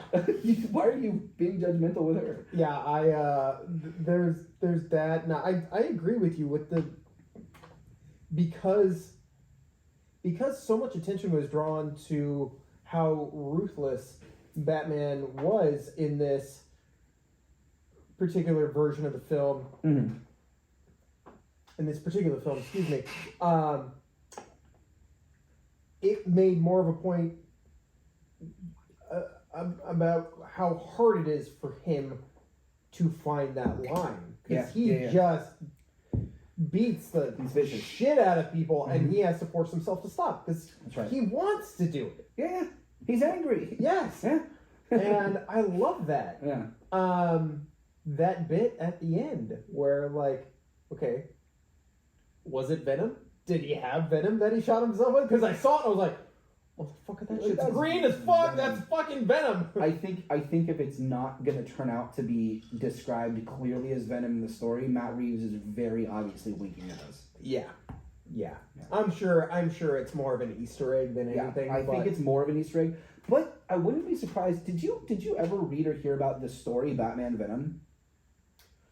I've heard about it. I don't know the title was familiar to me. I don't know the specifics of the story. I'm not going to go down a long comic book nonsense bit here, but basically it predates the character Bane.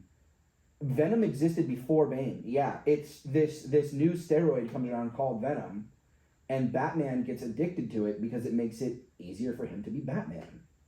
Yeah. And it was really like talking about like the heroin problem in America was what it was sort of a commentary on. But Batman having a drug issue, God, Warner Brothers will never let him do it. It would be a great movie, I think. But Warner Brothers is gonna nix that so fast. Yeah. So never mind, that won't happen. Yeah. I think that would be a cool movie though if they were gonna let him do it.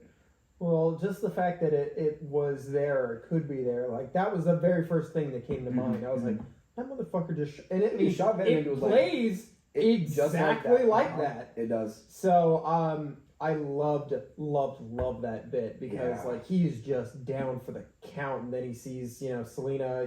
That whole third act that everyone is complaining about, I thought was awesome. What are people complaining about? Because I don't go on message boards and shit like that. Okay, well I hate to tell on myself, but I do, and I spend too much time on the internet. It's bad for you people. You just give me some general gripes. No. Really, to put it really, I'm trying to be succinct here, but it's basically everyone basically is saying, and I disagree with them strongly, that when the Riddler is caught, the movie should end. And I'm like, you guys are fucking stupid, and you don't understand story structure because so many of the threads in the movie are paid off in that last bit. That it would feel like 3/4 of a movie if you didn't have that last bit. And people are just saying it feels disjointed, like it doesn't fit, like it was a studio mandate. And I'm like, I think you guys don't know what you're talking about because I think the whole thing was good. Like, I think the idea that the Riddler gang, where the guys dress up like Riddler and do his bidding, instead of being like henchmen that he paid or people that he radicalized online, that is not only of like the time. Yes. That's the most realistic interpretation of that I've ever seen. Yes. How are you going to get guys to dress up like the Riddler and commit acts of terrorism? It ain't going to be with a couple of bucks. Yeah. It's going to be because they're believers. And Matt Reeves found a way to make us believe that they would be believers. That was fucking dope. Yeah. And that scene, and the boom, and he drops through the window. It's great. It's great. And the fights there are fantastic. And as much as I love those Nolan movies, the fights aren't very well done. And the fights in this are quite well done. And everything about that from an action standpoint, but also from a story standpoint, made great sense. And Commissioner Gordon acts like Commissioner Gordon, like he's bold and heroic. And Catwoman being the selfish kind of whatever that you may assume she is, but she was willing to risk her life to save Bruce because she does really care about Bruce, even though she doesn't even know his name is Bruce. Yes. And that moment, dude, in that moment where she's laying on top of him saying, like, it's okay, it's over, I was sitting there with my heart in my stomach thinking, Jesus fucking Christ, they're going to kill Selena. I hate you. I hate you, Matt. I hate you. Yeah. Because he had talked about some of the cinematic influences to this, and a lot of it being very noir. And a lot of the times those noir films, either the female character will either kill your main character, like Sunset Boulevard, or she'll die, like Chinatown. And, So I thought that last sequence was amazing. Instead, it played out more like Casablanca, where they... But... Yeah, that's insane to me, because I don't even know how you end that movie there. Like, to me, like... That was the end. The Riddler getting caught. Right. He doesn't get caught. He goes over next door to have a piece of pie. Right. He clearly was waiting. He's done everything he was going to do up to that point. No one won. Yeah. The most important part of the movie happens at the end, where they pull off the mask, and he says, "Who are you?" And he says, "I'm Vengeance." And Batman goes, "Oh, I've been fucking up." Yeah. Yeah. That is the payoff for that entire film. Right there. That's the payoff for the whole movie. Yes. That, and then them taking the people out of there and him having the monologue about how he has to be something else. That is literally the whole arc of the film. Right there. Meeting in the middle there. That's why when we come back for the next one, he's not going to be the same person. Exactly. And that is why it's probably the best Batman movie. And that's good storytelling. Yes. Like, that's how you tell stories. Yeah. Yes. Yeah. It has such a well fucking developed character. Mm-hmm. Like, arguably a better character arc, arguably, maybe not entirely, but than what Christian Bale had throughout the course of 3 fucking movies. Right, yeah. A full 3 films, yeah. Because this guy got to do an approach that he thought was working. Have this mentality. He realizes, like, halfway through the film, he realizes that, like, he still has people that are important to him. Yeah. Alfred. Yep. Throughout the course of the film, he starts to develop feelings for Selina. Yeah. I mean, I think it's clear there by the end when he venoms and beats that guy to a pulp. He obviously is feeling the same way about Selina that she is about him. Yes. He's emotionally stunted. He doesn't know how to express it or even how to deal with it, really. Yes. Yeah. And don't you like that she's the one who's just kissing him without permission? Yes, I do. I realized that. I was like, he never tries to kiss her. No, it's always her kissing him. And I was like, that's a nice, like. But did you ever once question it? Did you ever not believe it? I believed it every time. I was like, yep, that's happening. Mm-hmm. And then he realizes, and it was like when that part happened, man, it hit me so well. I was like, yes, like this is what an early Batman story should be. He went about it the wrong way, and he realizes it, and and to me, like, I was thinking about this a couple of days later. I was like, this is probably the best, most, like, this could be, I mean, I really wouldn't expect it in the next couple movies, but if it was super successful and they were able to make a decent amount, like, this particular universe that they set up would be the best universe for Robin to show up in. Yep, absolutely.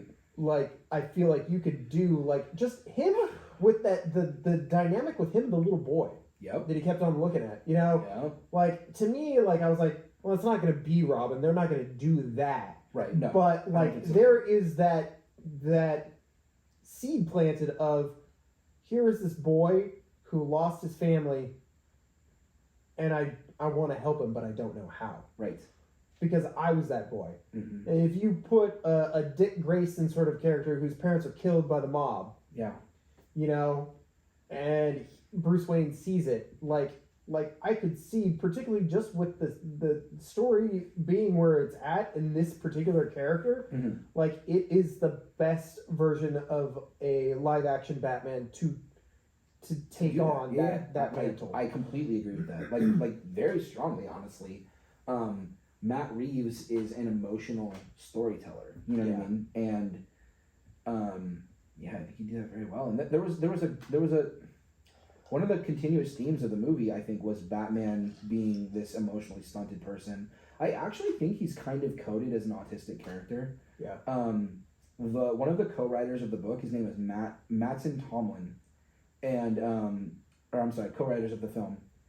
He's not credited, and I think it's just because of the guild rules that it has to be 33% of the total script. Mm-hmm. But he worked on the movie, and he wrote a comic book that's sort of a companion piece to the movie, like an unofficial companion piece, called Batman the Imposter. And in it, Bruce Wayne is talking to a psychologist who saw him as a kid, and she says explicitly, like when she's describing him, that he has OCD, that he has PTSD, anxiety, and she says plainly, probably on the spectrum. And that is such a realistic take on Batman, because of like all of the ways that he behaves that are not normal for a human to behave. They're not the standard way that a person behaves. And in this movie especially, the way he doesn't know, like he doesn't seem to know how to communicate with people at all. And I'm like with Selina, like, dude, the moment where he's like, look at me, they won't be able to see it. And it's like, it's in a moment where you think he's about to comfort her, like, look at me, I won't let anyone hurt you. He doesn't say anything like that. He doesn't know how. He doesn't understand her. And many times in the movie where you get the sense that he wants to express himself, but he doesn't seem to know how to. Mm-hmm. To Selina, to Alfred, to the little boy.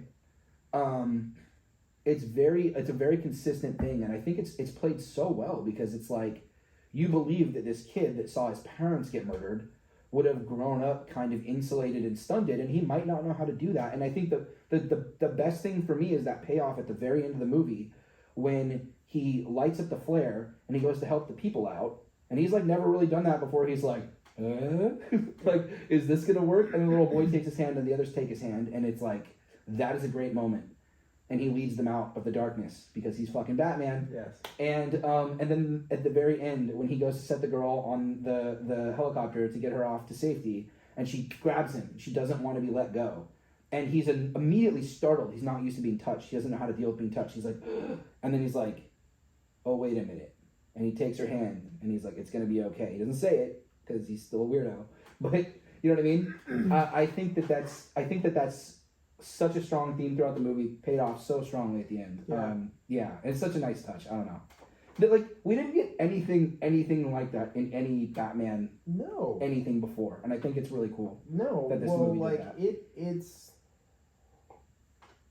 again, this is like kind of why I like go back to what we said at the beginning, which is this is the best Batman movie.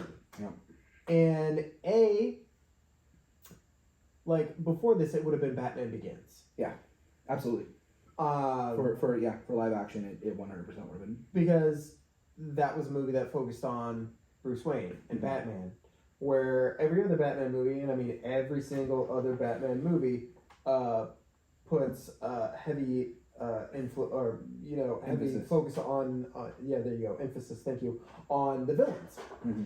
And they tend to steal the show, as villains tend to do. I was never more excited to see anybody in this movie than I was Batman. Yeah. And I got 3 fucking hours of him. Yep. And the minute that movie was over, I wanted more. Yep. Same.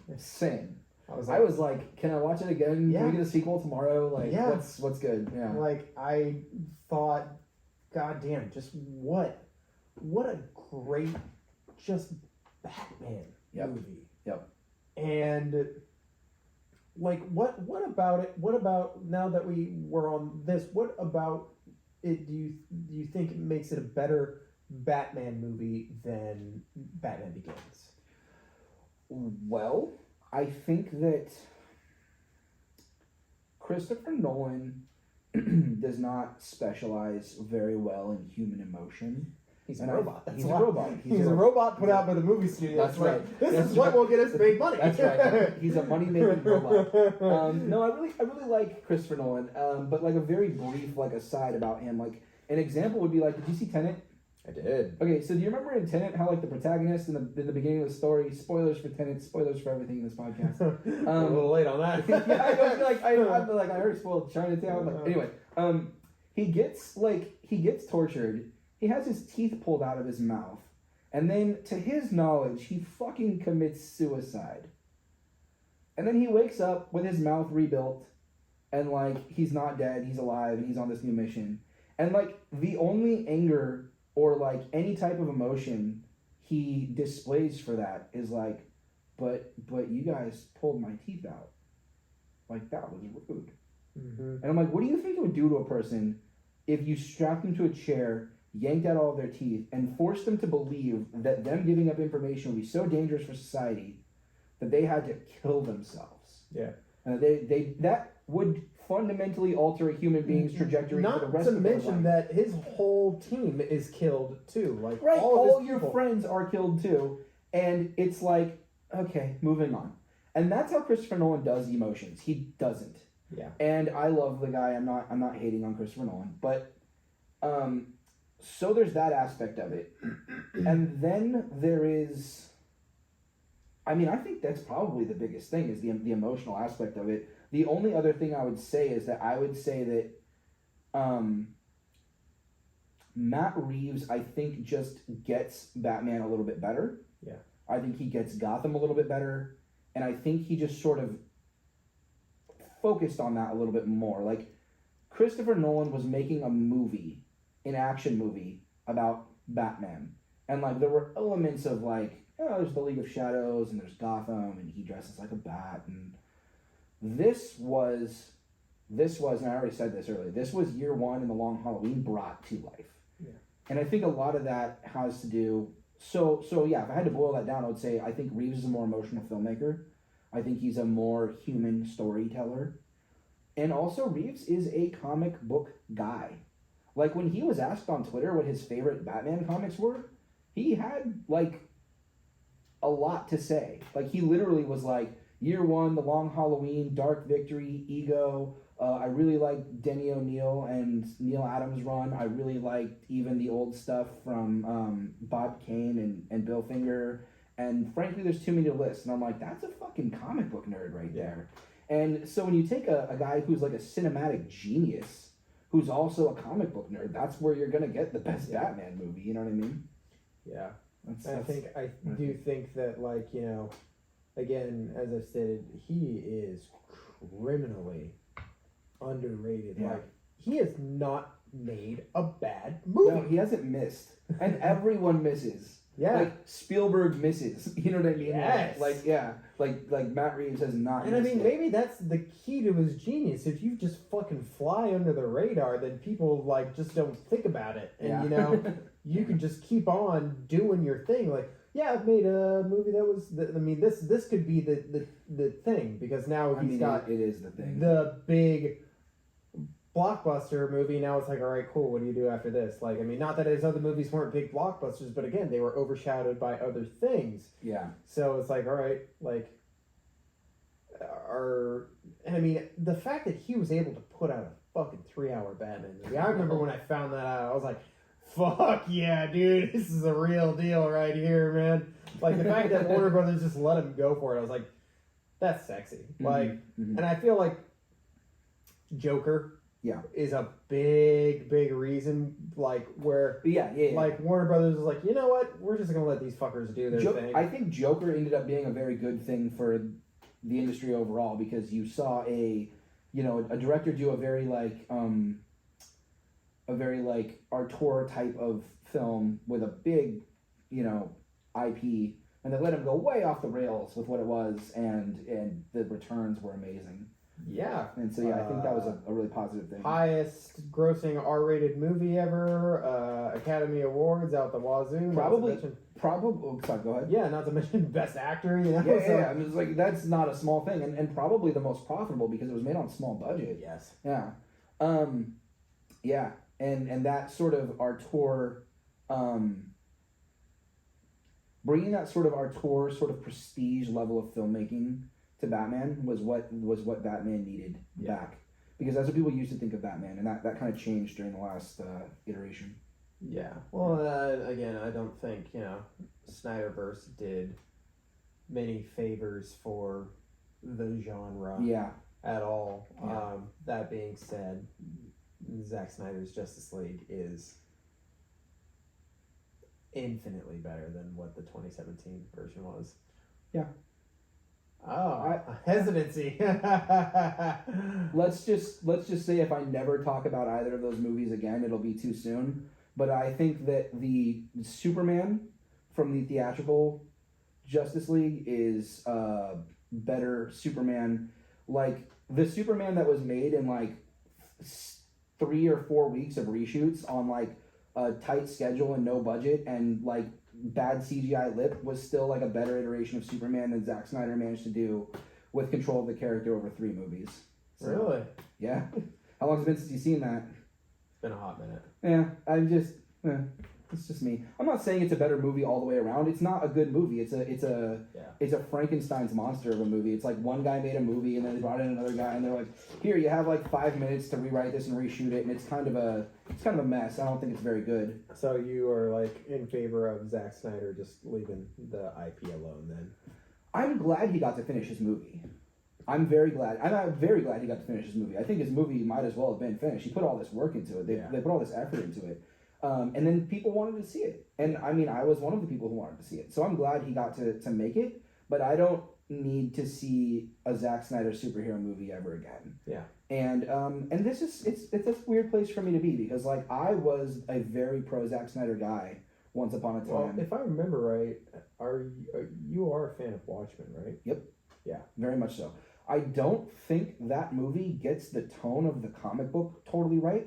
I think that the comic book has like nuance to it that the movie doesn't catch, but I still think that movie slaps. Have you seen the Ultimate Cut? Yeah. That's the only one I watched. Yeah, me too. That's the only one I watched. Yeah. I only watched the whole thing, and I really love it. Like I don't want to undersell how I feel about that movie. I really love that movie. Well, the problem is that you're dealing with the comic is again everyone and their mother who has read it would say that it is arguably the greatest graphic novel of all time. Yep. And that's because of all the level of detail and nuance and social commentary and everything that's put in there. It's an incredibly intelligent book. And I normally roast people for saying that a story is smart, but Watchmen's fucking smart. It's I mean, it is almost too smart for brilliant. me when I read it. It's well, because we read it as very young men. Yes. And it was pretty advanced material to be a young guy reading that, yeah. And Zack Snyder, God love him, is not a smart movie maker. He's a visual movie maker, So there's, don't get me wrong, there's stuff from the comic to the screen that like you couldn't do any better than what he did there. Absolutely. And I think generally he gets the story right. And I'm in favor of what he did with Manhattan at the end. Yeah, I was too. I actually it's weird for me to look back on that because I'm like, that was a smart story decision. Yeah. And I don't think he makes very smart story decisions since then. Did you see Army of the Dead? Did you No. watch that? Okay, No. good. Don't. Yeah. Okay, you telling me that tells me that it's not worth watching because that's the kind of movie that if it were worth watching on any level, you would encourage me to watch it. Yeah. So I haven't seen Army of the Dead, and I don't want to sound like I hate Zack Snyder. Like I think like I love Watchmen. I like 300. I love Man of Steel. I just think that he is the kind of guy. I am a story-based person. I think that everything in a film is serving a story. And I don't think Zack Snyder understands story. Yeah. And if he was a director on a movie where he was paired with a very, very strong writer, and he let the writer actually like steer the story aspect of the boat, and he controlled the filmmaking visual aspect of the boat, I think he could make the coolest superhero movies ever. Yeah. But and that's why I think Justice League was good, was because Chris Terrio took over the story aspect of it to a greater degree than he had throughout his whole tenure there. And Chris Terrio, Oscar award-winning screenwriter, wrote a pretty good story. And then Zack Snyder put his very impressive filmmaking sensibilities to that, and you ended up getting what was a much more impressive movie. Yeah. But I don't think he has a good sense for story, and because of that, he's not the kind of director I want working on these kinds of characters. So, with that nice little segue, how do we feel about Michael Keaton coming back in The Flash? Are we thinking it's going to be a sort of like Days of Future Past, sort of like rewrite the... Yes. So is that what the franchise needs, or should we just let it fucking die already and let it just kind of spur off and do its own thing? That's where I sit. Yeah. But knowing that this is largely based on Flashpoint, at least according to everything we've heard, Flashpoint was written by Jeff Johns and was the start of the New 52, and they were basically rebooting the entire DC universe and starting all the comics over at new number ones with new continuity, more or less. And so this is sort of them doing that, and so I do think it's going to be, I think it's going to be Days of Future Past, but actually have consequences in the future movies where we go back to time now and we have consequences. So Keaton's going to be in that because they're hopping multiverses, so they're going to go to Keaton's verse, and then we know Michael Keaton is confirmed for the Batgirl movie. Yeah. That they're doing. I like the character Batgirl, and I don't mind having a Batgirl movie, but if you're gonna get Michael Keaton to reprise Bruce Wayne, can we have Batman Beyond? Like, even if you're like, well, we need more, like, diverse films, so let's do a female character. Okay. Can we do Batgirl Beyond? Like, can we get that Blade Runner, like, world with Michael Keaton? I mean, I want a Batman Beyond movie. That's what I'm trying to say. I could be right there with you, and I do think that I don't know, just I'm sure in their minds, beautiful white boy, and then handsome white man, taking on I'm sure in. Actually, studio execs probably don't give a fuck about that, but I imagine there would be backlash of some sort, but that we'd get over that fine. Yeah. But I'm sure that Batman Beyond would be a big, big undertaking financially speaking. Yeah, I know. But you do it anyway because it's awesome. Yeah. No, so to answer your question, and I do want to talk about the Batman Beyond concept, but to answer your question, like Michael Keaton is a god and he can do whatever he wants. But I couldn't give less of a shit about the upcoming DC movies. Yeah. And I wish I did. Like, I care more about comic books and superheroes than, I mean, you know this, but I care more about comic books and superheroes than anybody.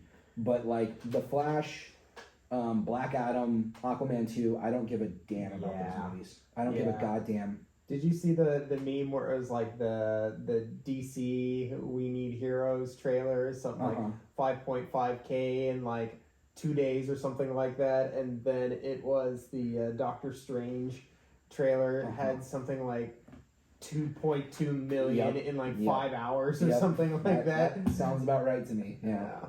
What do you think it is about what do you think it is about the Marvel universe that has been able to stick the landing better? Is because they took more time, they built their legs a little bit better? I think that what ultimately makes Marvel so successful started with good movies. Yeah. And then built on consistency. So and we saw those movies together. I mean, we went and saw Captain America together. Yeah, we might have seen Thor, and we went and saw the Avengers together 10 years ago. Yes. And those movies were great. Yeah. And in different ways, right? Like the first Iron Man or the first Captain America weren't great in the same way the Avengers was. They're smaller movies. Yeah. But they got it right. They had good characters, they had exciting moments, and they in many ways reminded me of things that I loved as a kid. I think Captain America probably reminded us both a lot of Indiana Jones movies that we loved. Yes. And I think that Iron Man sort of reminded you a bit of almost like Robert Zemeckis type of thing. And they were these fun adventure movies that were legitimately well made. They weren't trying to hit a grand slam. They're trying to hit a legit triple. And they did. And then the Avengers just fucking, it's so funny to me because now if you go, and you look at, opinions, people really, really try to downplay what the Avengers was. Dude, the Avengers is the reason you have MCU stickers on your shit. It's the reason that, Disney is, has more control, Marvel Studios has more power in the film industry than anyone else. Yes. It's because that movie was their big moment. This is it. This is critical. Make or miss. And they made it. Yeah. They hit that shit out of the park. It was a cultural phenomena.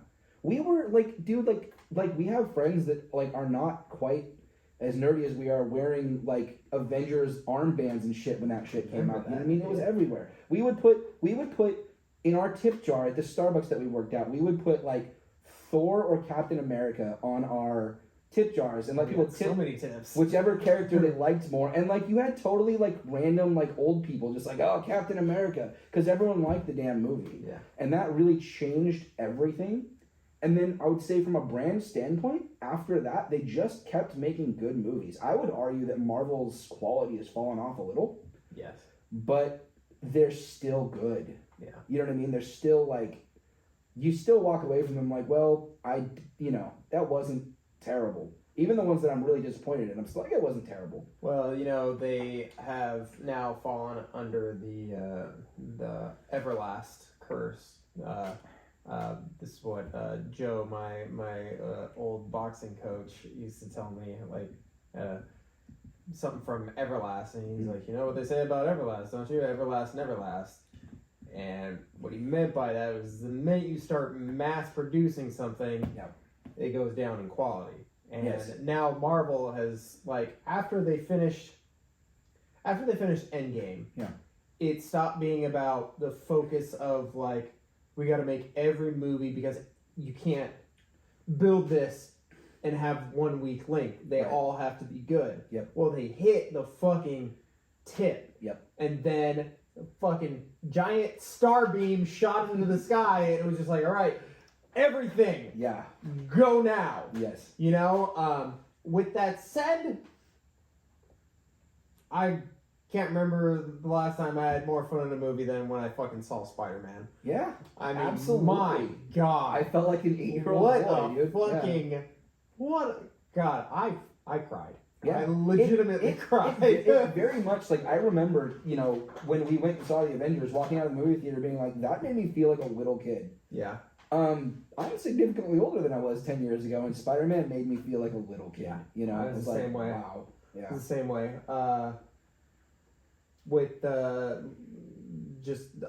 I thought that was an amazing, amazing movie. But then again, that's one of those moments that they knew they had to get it right. Yep. It wasn't like fucking Black Widow or Shang-Chi or fucking Eternals where it's like, we'll just do our thing. We'll see what happens. Yeah. It'll work. We just do the Marvel thing and it'll it'll work. And now you're realizing that you can't just keep doing the Marvel thing. Because I do feel like those movies in particular feel like there's been a little bit of a.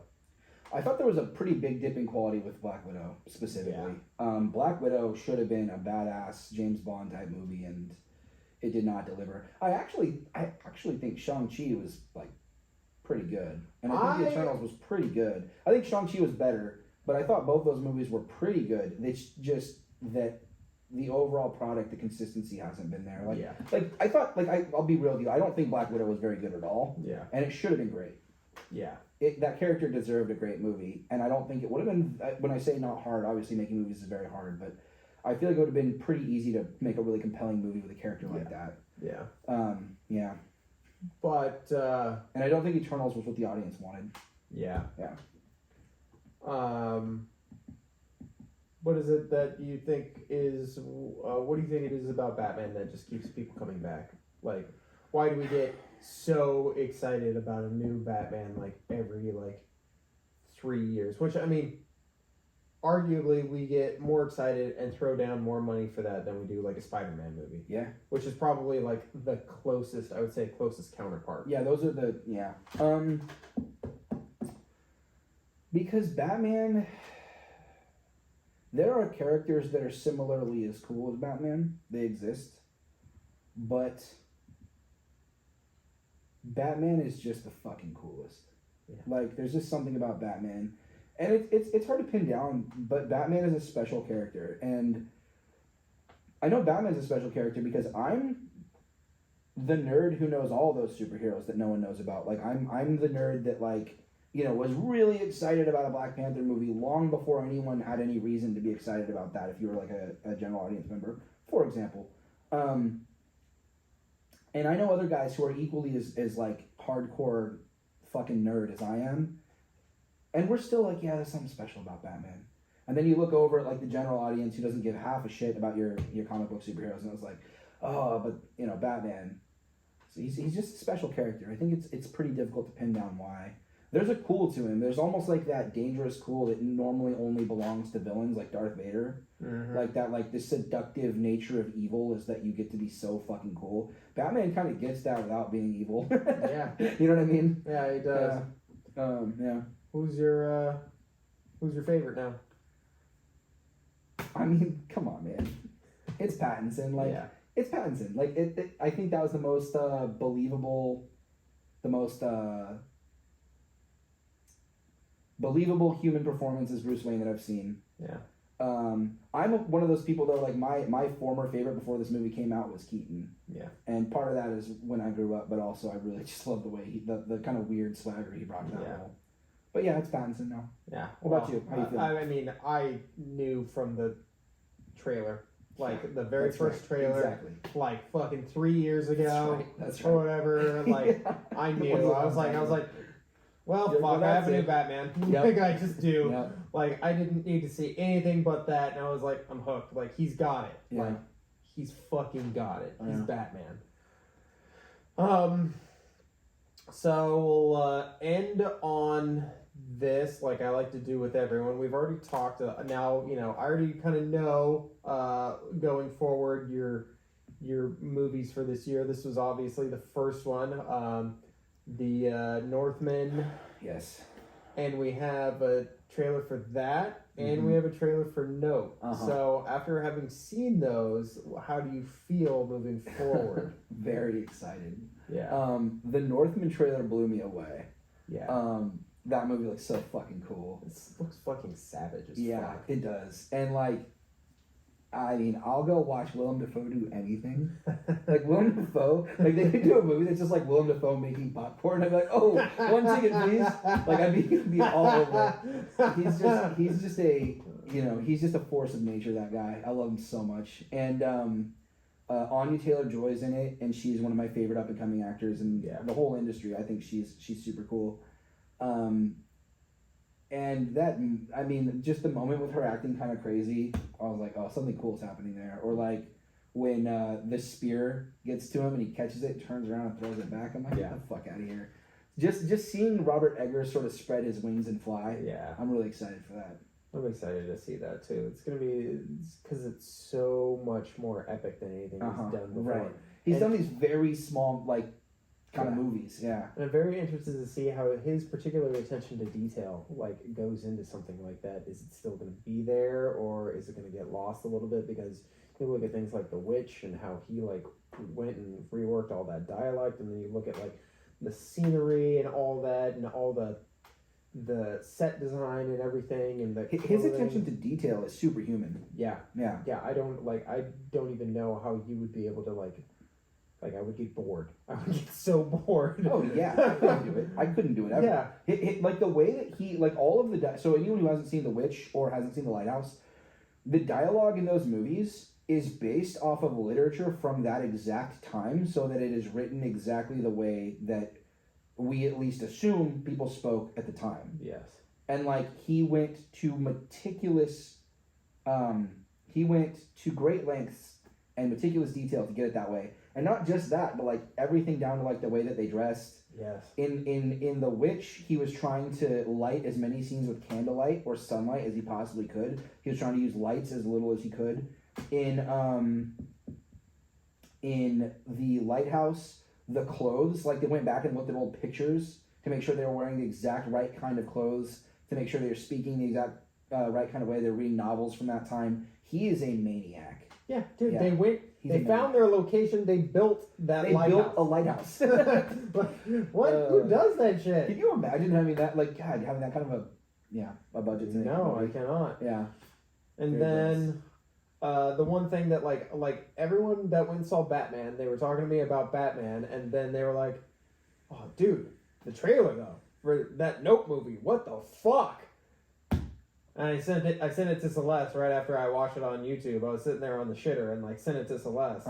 She didn't watch it right away. She watched it later in the day. She's like, "Oh my god!" I'm like, She's like, "The aliens?" I'm like, "I don't know what the fuck else it would be." It seems like it. I don't know. Yeah. Yeah.